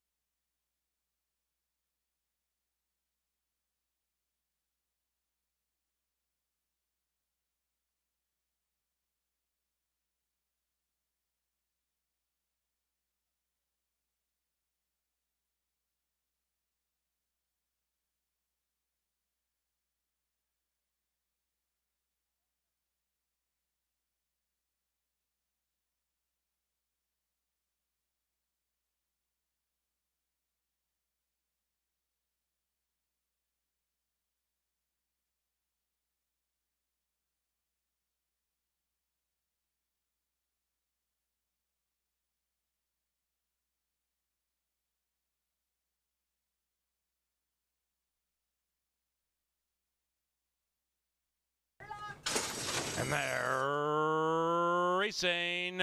Give 'em heck. Beck pops out of the gate nicely, but not as fast as Lonely Private and Dr. K. Then on the inside, Bayou Colonel in the patriotic colors. That one is about 2 lengths from the lead, and Dr. K shows the way. Then we come back to Sea of Success, tracking coyly, 5 out of it, and about 3.5 clear from Give 'em heck. Beck. 2 after that is Storm in Hong Kong, 10 lengths from the front, and 2.5 clear from Name Rejected. Lonely Private kicks away by 1. Lonely Private from Dr. K, Seed of Success on the move. After that, we have Bayou Colonel, 8 out of it, going the wrong way, overtaken by Give 'em heck. Beck. Storm in Hong Kong, still 10 lengths from the lead, and after that, it is Name Rejected, and now they come charging down the Canterbury Park stretch. Seed of Success and Chirinos go by Lonely Private, and it's Seed of Success, Storm in Hong Kong finishing fast on the outside of Give 'em heck. Beck, but it's Seed of Success flowing beautifully.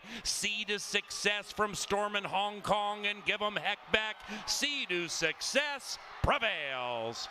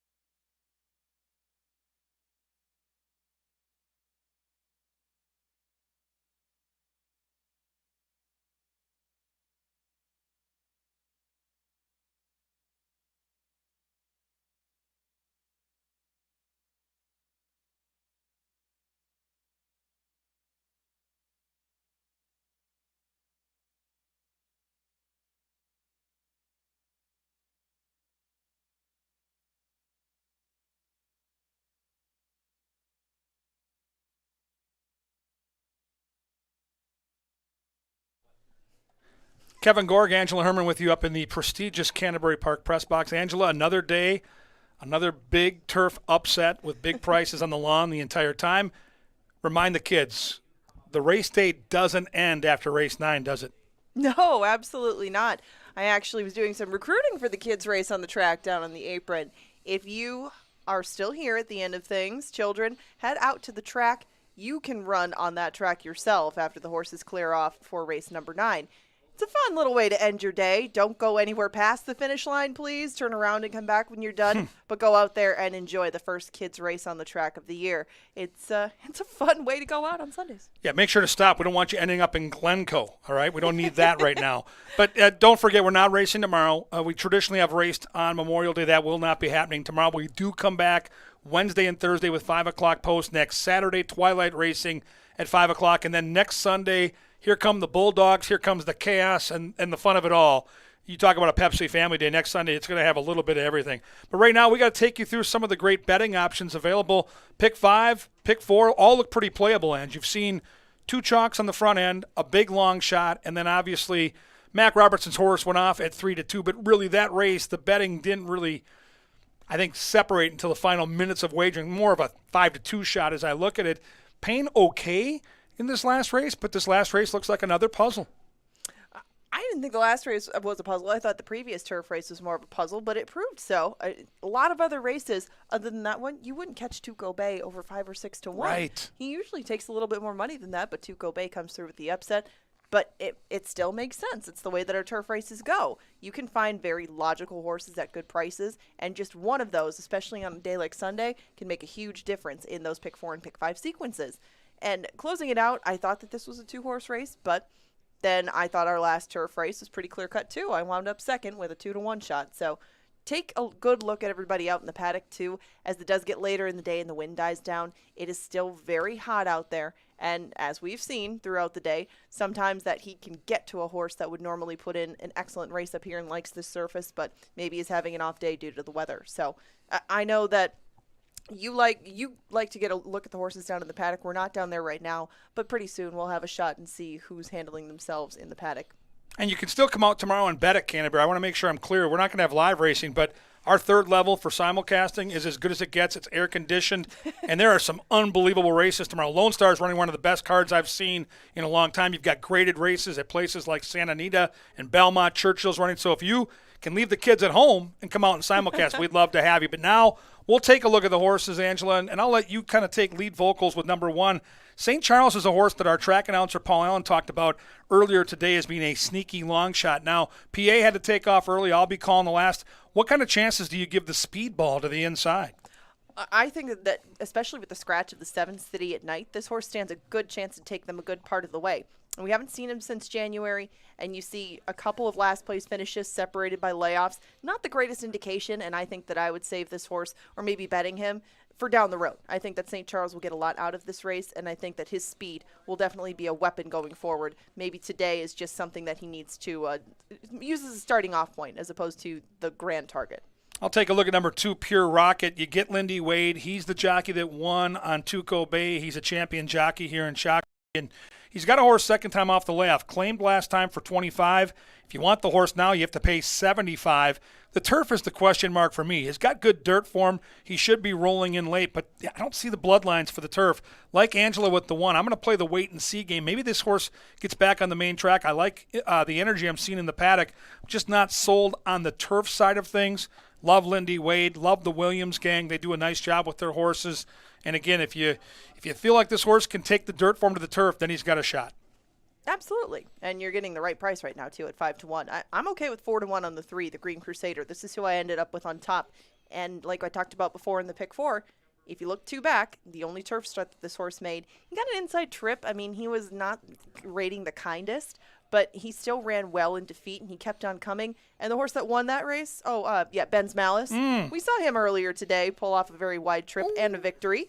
Well, he has to. He's huge. I mean, I understand why they have to keep him in the clear. But the Green Crusader is flattered by the horse that beat him 2 times ago in Ben's Malice, and Green Crusader is a very fair 4-1. Here's the 4-horse, Lockmoor. Kelsey Har gets the call for Bruce Rieken. Has sprinted in 4 career starts at 6 furlongs. This is an Arkansas bred. and in those sprints has had a big closing kick. Now, at 7.5 furlongs on the turf, that's a different game. Bred decently to handle it, looks good in the paddock. There are some things to like. I've got the horse in my top 3, so definitely I will use this horse in my trifecta box. Next Journey is only 3 starts deep in his career, but he's looking to give a 5th win on the day to Harry Hernandez. He rode this horse in his debut. They won together down at Turf Paradise. He was the favorite that day, and he didn't take as much money in his next 2 starts. 3-1. 3-1 is cold on the board at Golden Gate. Right now you're getting 3-1 on Jonathan Wong. That is unheard of when you get to Northern California, at least with a horse like this that stands a big chance in here. But he doesn't have as much speed as a lot of his counterparts typically do. He gives himself a lot to do, and that's why I ended up putting him in 3rd instead of further up. Here's my top pick in the race. I like number 6 here, Chrome King. I like this horse a lot. Has faced tougher competition. Last seen in a grade 3 at Sunland Park. A good workout over the track. The lone turf try that I see that really gives me hope is way back in September. One of his 2 tries on the lawn. It was at Remington and ran a really good race. Now we'll have to improve. That was a 54 figure. He is 2 for 4 on the grass, but those 2 races kind of stand out as races that fit with this group. But he's a closer, like Angela said. Not a ton of speed. Here's a look at the grid of all the selections in this race. You can see it's a little bit spread out. Wide open race, even though there's only 6 horses. A lot of different directions you can go. We come back Wednesday at 5 o'clock. For Angela Herman, I'm Kevin Gorg. We hope you've had a great Pepsi Family Day here at Canterbury Park. The kids will take the track as soon as this race is official. Right now, though, the Bugler will put them on the track, and we'll call it soon enough.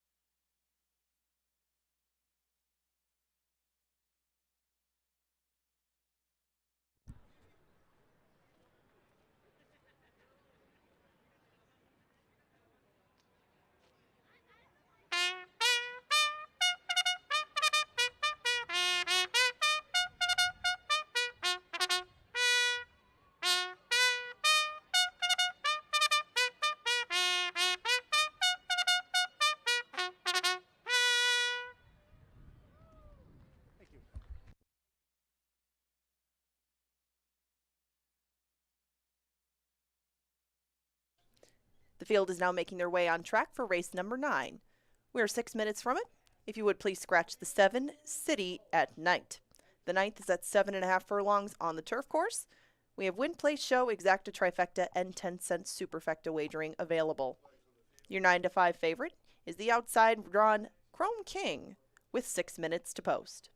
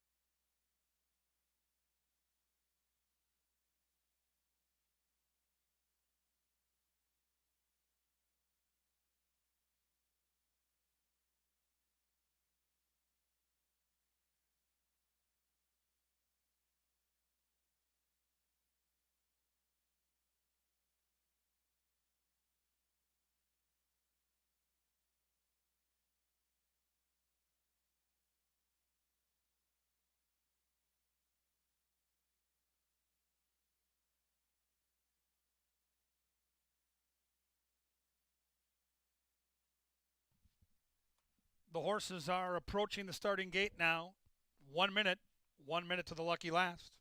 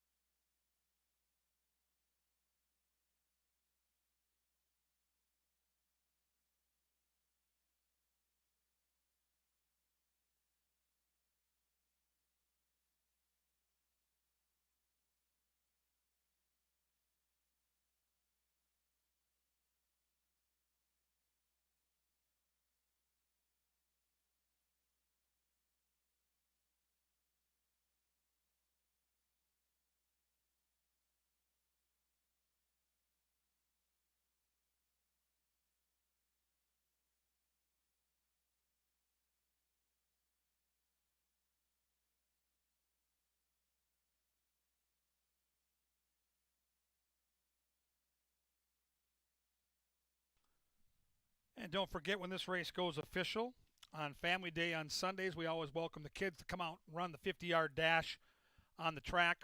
A correction to the earlier announcement, it'll be 2 different heats, 7 years old and under, 8 years old and up. They'll get to go on the main track and do a 50-yard dash. It's a lot of fun, a great moment to videotape or take pictures of.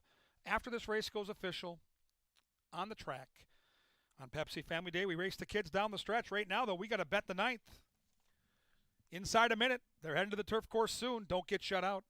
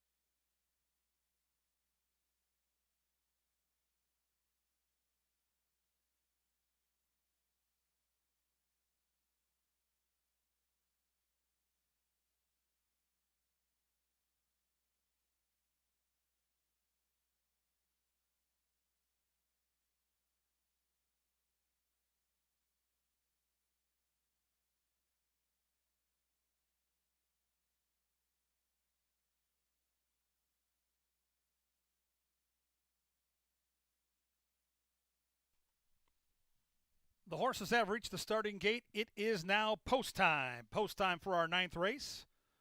Firm turf, 7.5 furlongs to close out a Sunday in Shakopee. If you're alive in your pick 5 or pick 4, we wish you the best of luck. Canterbury, of course, the home of that 10% takeout, lowest in the industry.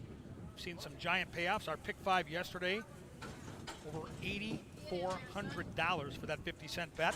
We've got a jockey here, and Harry Hernandez riding the 5 Next Journey, looking for his 5th win on the card. And the People's Choice is the 6 Chrome King, set to load. A 6-pack, ready to rock. Favorite moving in. There in the gate. And they're off. First horse out of the gate is Next Journey, but on the inside, as expected, Carlo Lopez and St. Charles are set to dictate terms. In between horses is Pure Rocket, then it's the Green Crusader. 2 lengths back to Lockmore, and at the back of the pack is the favorite Chrome King. Past the judges into that first turn they go, and Carlo Lopez trying to steal away into the Shakopee Sun, leading at 6-1 with St. Charles. It's 2 lengths. Next Journey poised to pounce with the hot jock, but content to wait for now. Then it's the Green Crusader in that Lothenbach jacket, who's got 4 lengths to make up. Pure Rocket hugs the rail with Lindy Wade, 5 lengths back now to Chrome King on the outside of Lockmore. They went 23-2 for the opening quarter mile, and St. Charles is still there and doing it comfortably and leading it now by just a measured length. Next Journey and Harry Hernandez carving into that lead. The Green Crusaders going for an early run on the outside, and Pure Rocket is saving ground inside. Then we come back to Lockmore, and the favorite Chrome King's got work to do. 46 and 3 to the half mile they go, and St. Charles is under pressure, and the Green Crusader is providing that pressure, putting the Lothenbach jacket in front at the top of the Canterbury stretch, and the Green Crusader shades and passes St. Charles, who battles back on the inside. Next Journey's trying to catch those two on the outside. Still the Green Crusader. St. Charles all heart in between Next Journey and the hot jock, Harry Hernandez, trying to hold this one off. Lockmore's coming to get him outside. The Green Crusader re-rallies and gets the job done. Oh, what a horse race.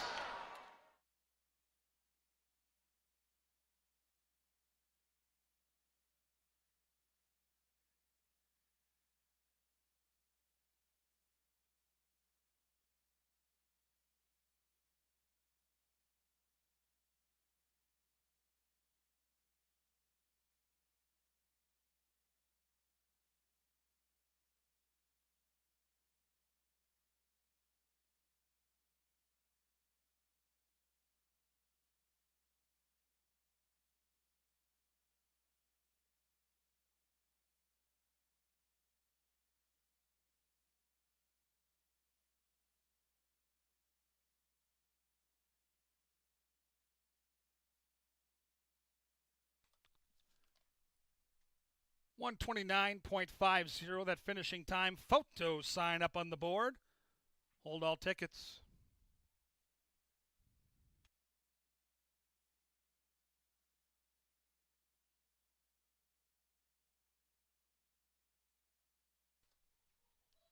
Photo sign is down.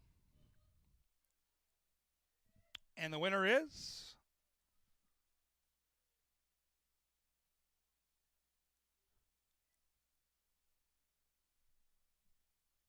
number 3, the Green Crusader.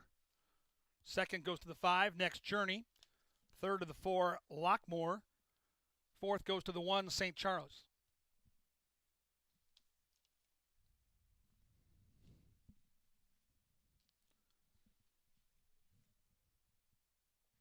Kids race coming up. 9th race soon to be official. Until then, hold those tickets.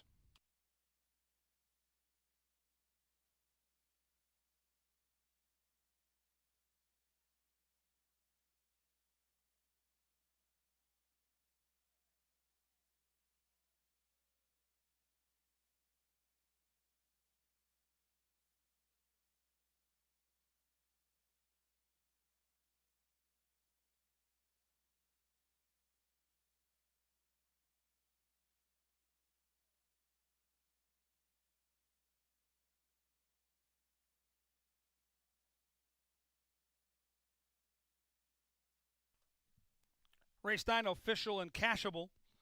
$5.20 for your win ticket on the Green Crusader, who took the late money and actually took favoritism away from Chrome King. 10-cent super paid $45.06. The $1 double, $9, 7 to the 3. That pick 3 for 50 cents paid $64.60. The pick 4 paid $142.45. And in the pick 5, 5 of 5, $308.75. The Gary Edwards, the scoop exacta 3 and 5.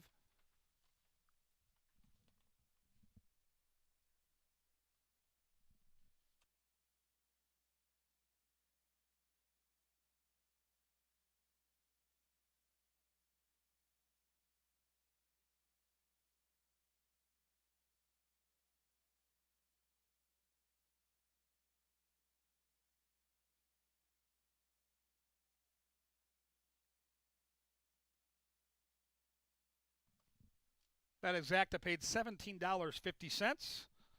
The Green Crusader cooling down here after an excellent effort. Last raced on New Year's Eve down at glitzy Gulfstream Park against Florida bred competition.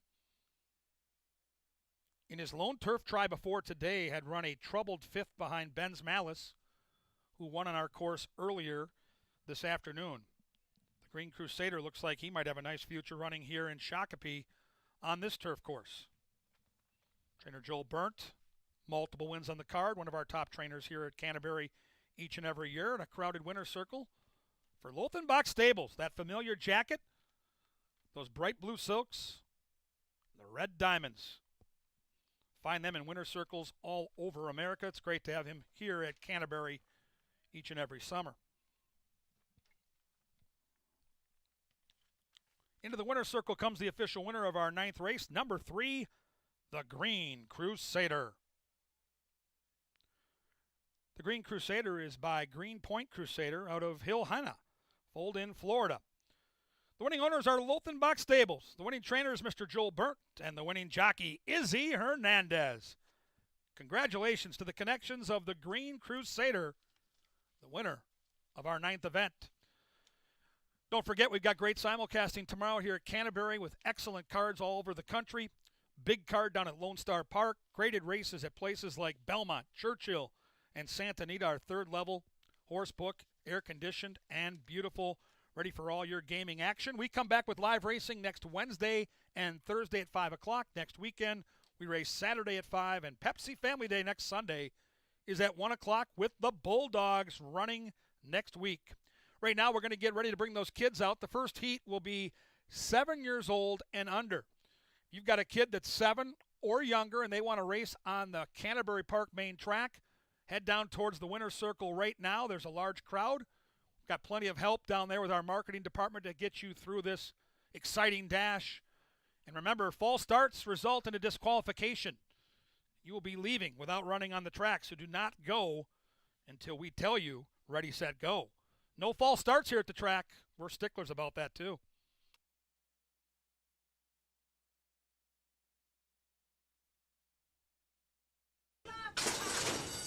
And they're off. First horse out of the gate is Next Journey, but on the inside, as expected, Carlo Lopez and St. Charles are set to dictate terms. In between horses is Pure Rocket. Then it's the Green Crusader.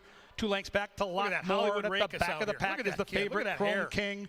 Past the judges into that first turn they go, and Carlo Lopez trying to steal away into the Shakopee Sun, leading at 6-1 with St. Charles. It's 2 lengths.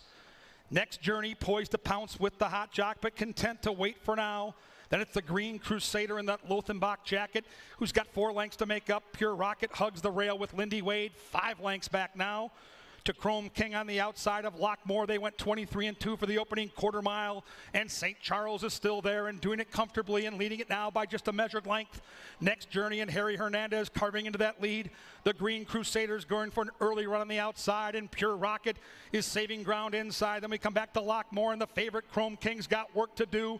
46-3 to the half mile they go, and St. Charles is under pressure, and the Green Crusader is providing that pressure, putting the Lothenbach jacket in front at the top of the Canterbury stretch, and the Green Crusader shades and passes St. Charles, who battles back on the inside. Next Journey's trying to catch those 2 on the outside. Still the Green Crusader. St. Charles all heart in between Next Journey and the hot jock Harry Hernandez trying to hold this one off. Lockmore's coming to get him outside the Green Crusader. The Green Crusader re-rallies and gets the job done. Oh, what a horse race.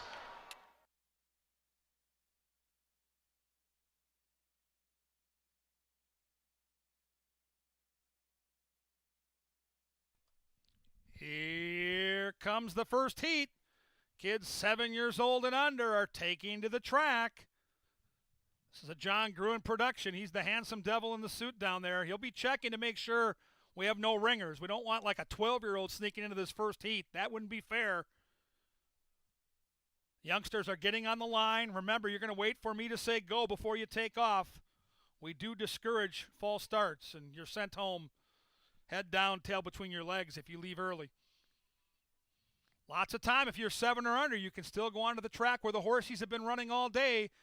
You can make your stake at a claim to fame. This 50-yard dash, we have our finish line in place. We have our marketing interns ready to rock.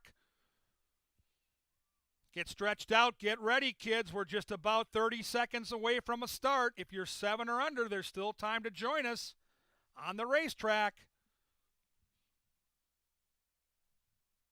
All right, John Gruen gives me the hand signal. Everybody in your positions. Kids, on the line, do not start early. Ready, set, whoa, whoa, whoa, whoa, whoa, whoa, whoa. Whoa, in the yellow there, stay back. Ready, set, go! And down the stretch they come. Gray shorts, jean shorts on the inside, white shorts charging. White shorts, yes! Right there, back you go. We're going down and back. It's a long race, and white shorts had speed early. He had stamina late. The two ladies, though, well, how about that? The two ladies, second and third, to close out the trifecta. Keep running, kids. It's all about participation. Turn and go back. Run back in the orange shorts. Come on now. Keep going. There you go. Yeah, keep going. There you go. Nice job. It's all about finishing the race. Look at these youngsters go. Give them a hand. Look at them working hard to finish. Nice job out there, kids. Yeah, that dirt's heavy, right, kids? It's deep and heavy. Okay, if you just ran the race, now you need to leave the track, kids, in an orderly fashion. Don't panic. Don't run. Just leave the track. Come see John Gruen. Head to the winner's circle. You did a great job out there. Those are the 7 and unders. The little peanuts did a real nice job. Up next, if you're 8 or older, this is your chance to be a superstar and run onto the Canterbury main track. 8 and older, watch for the guy in the suit. He's directing traffic. He's the boss. Whoop, we got a straggler. There you go. Now, we got, ooh, it's getting kind of cantankerous down there. Here come the older kids. Here they come. 8 or older onto the line. Look at these big dogs. Find a good spot. We got a lot of kids. Remember, you're going to go down and back. You're going to touch that flag at the finish line, and then you're going to run back. So if you don't have a great position, you can make it up with your stamina.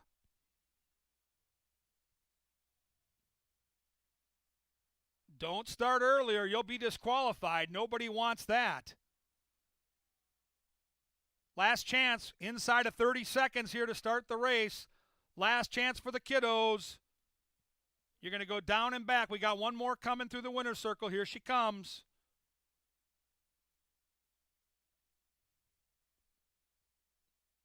All right, kids, remember, you're going down and back. Don't push other kids. Be nice.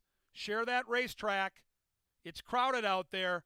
And try to run in a straight line. We don't need any shopping carts straggling all over the place. I'm waiting for the hand signal from the mayor. There it is. John Gruen gave me the signal. Kids now ready, set, go! And down the stretch they come. Look at her go in the black shorts. Here comes blue shirt guy. They go up. Now they go back. Blue shirt guy takes the lead. Black shirt on the inside. Blue shirt guy gets there. Well done, young man. Keep finishing, kids. Keep going. Yeah, there you go. Everybody going to finish the race. Excellent job. Don't forget, next Sunday we do it again, and we have Bulldogs racing too. Take care, you guys. Well done.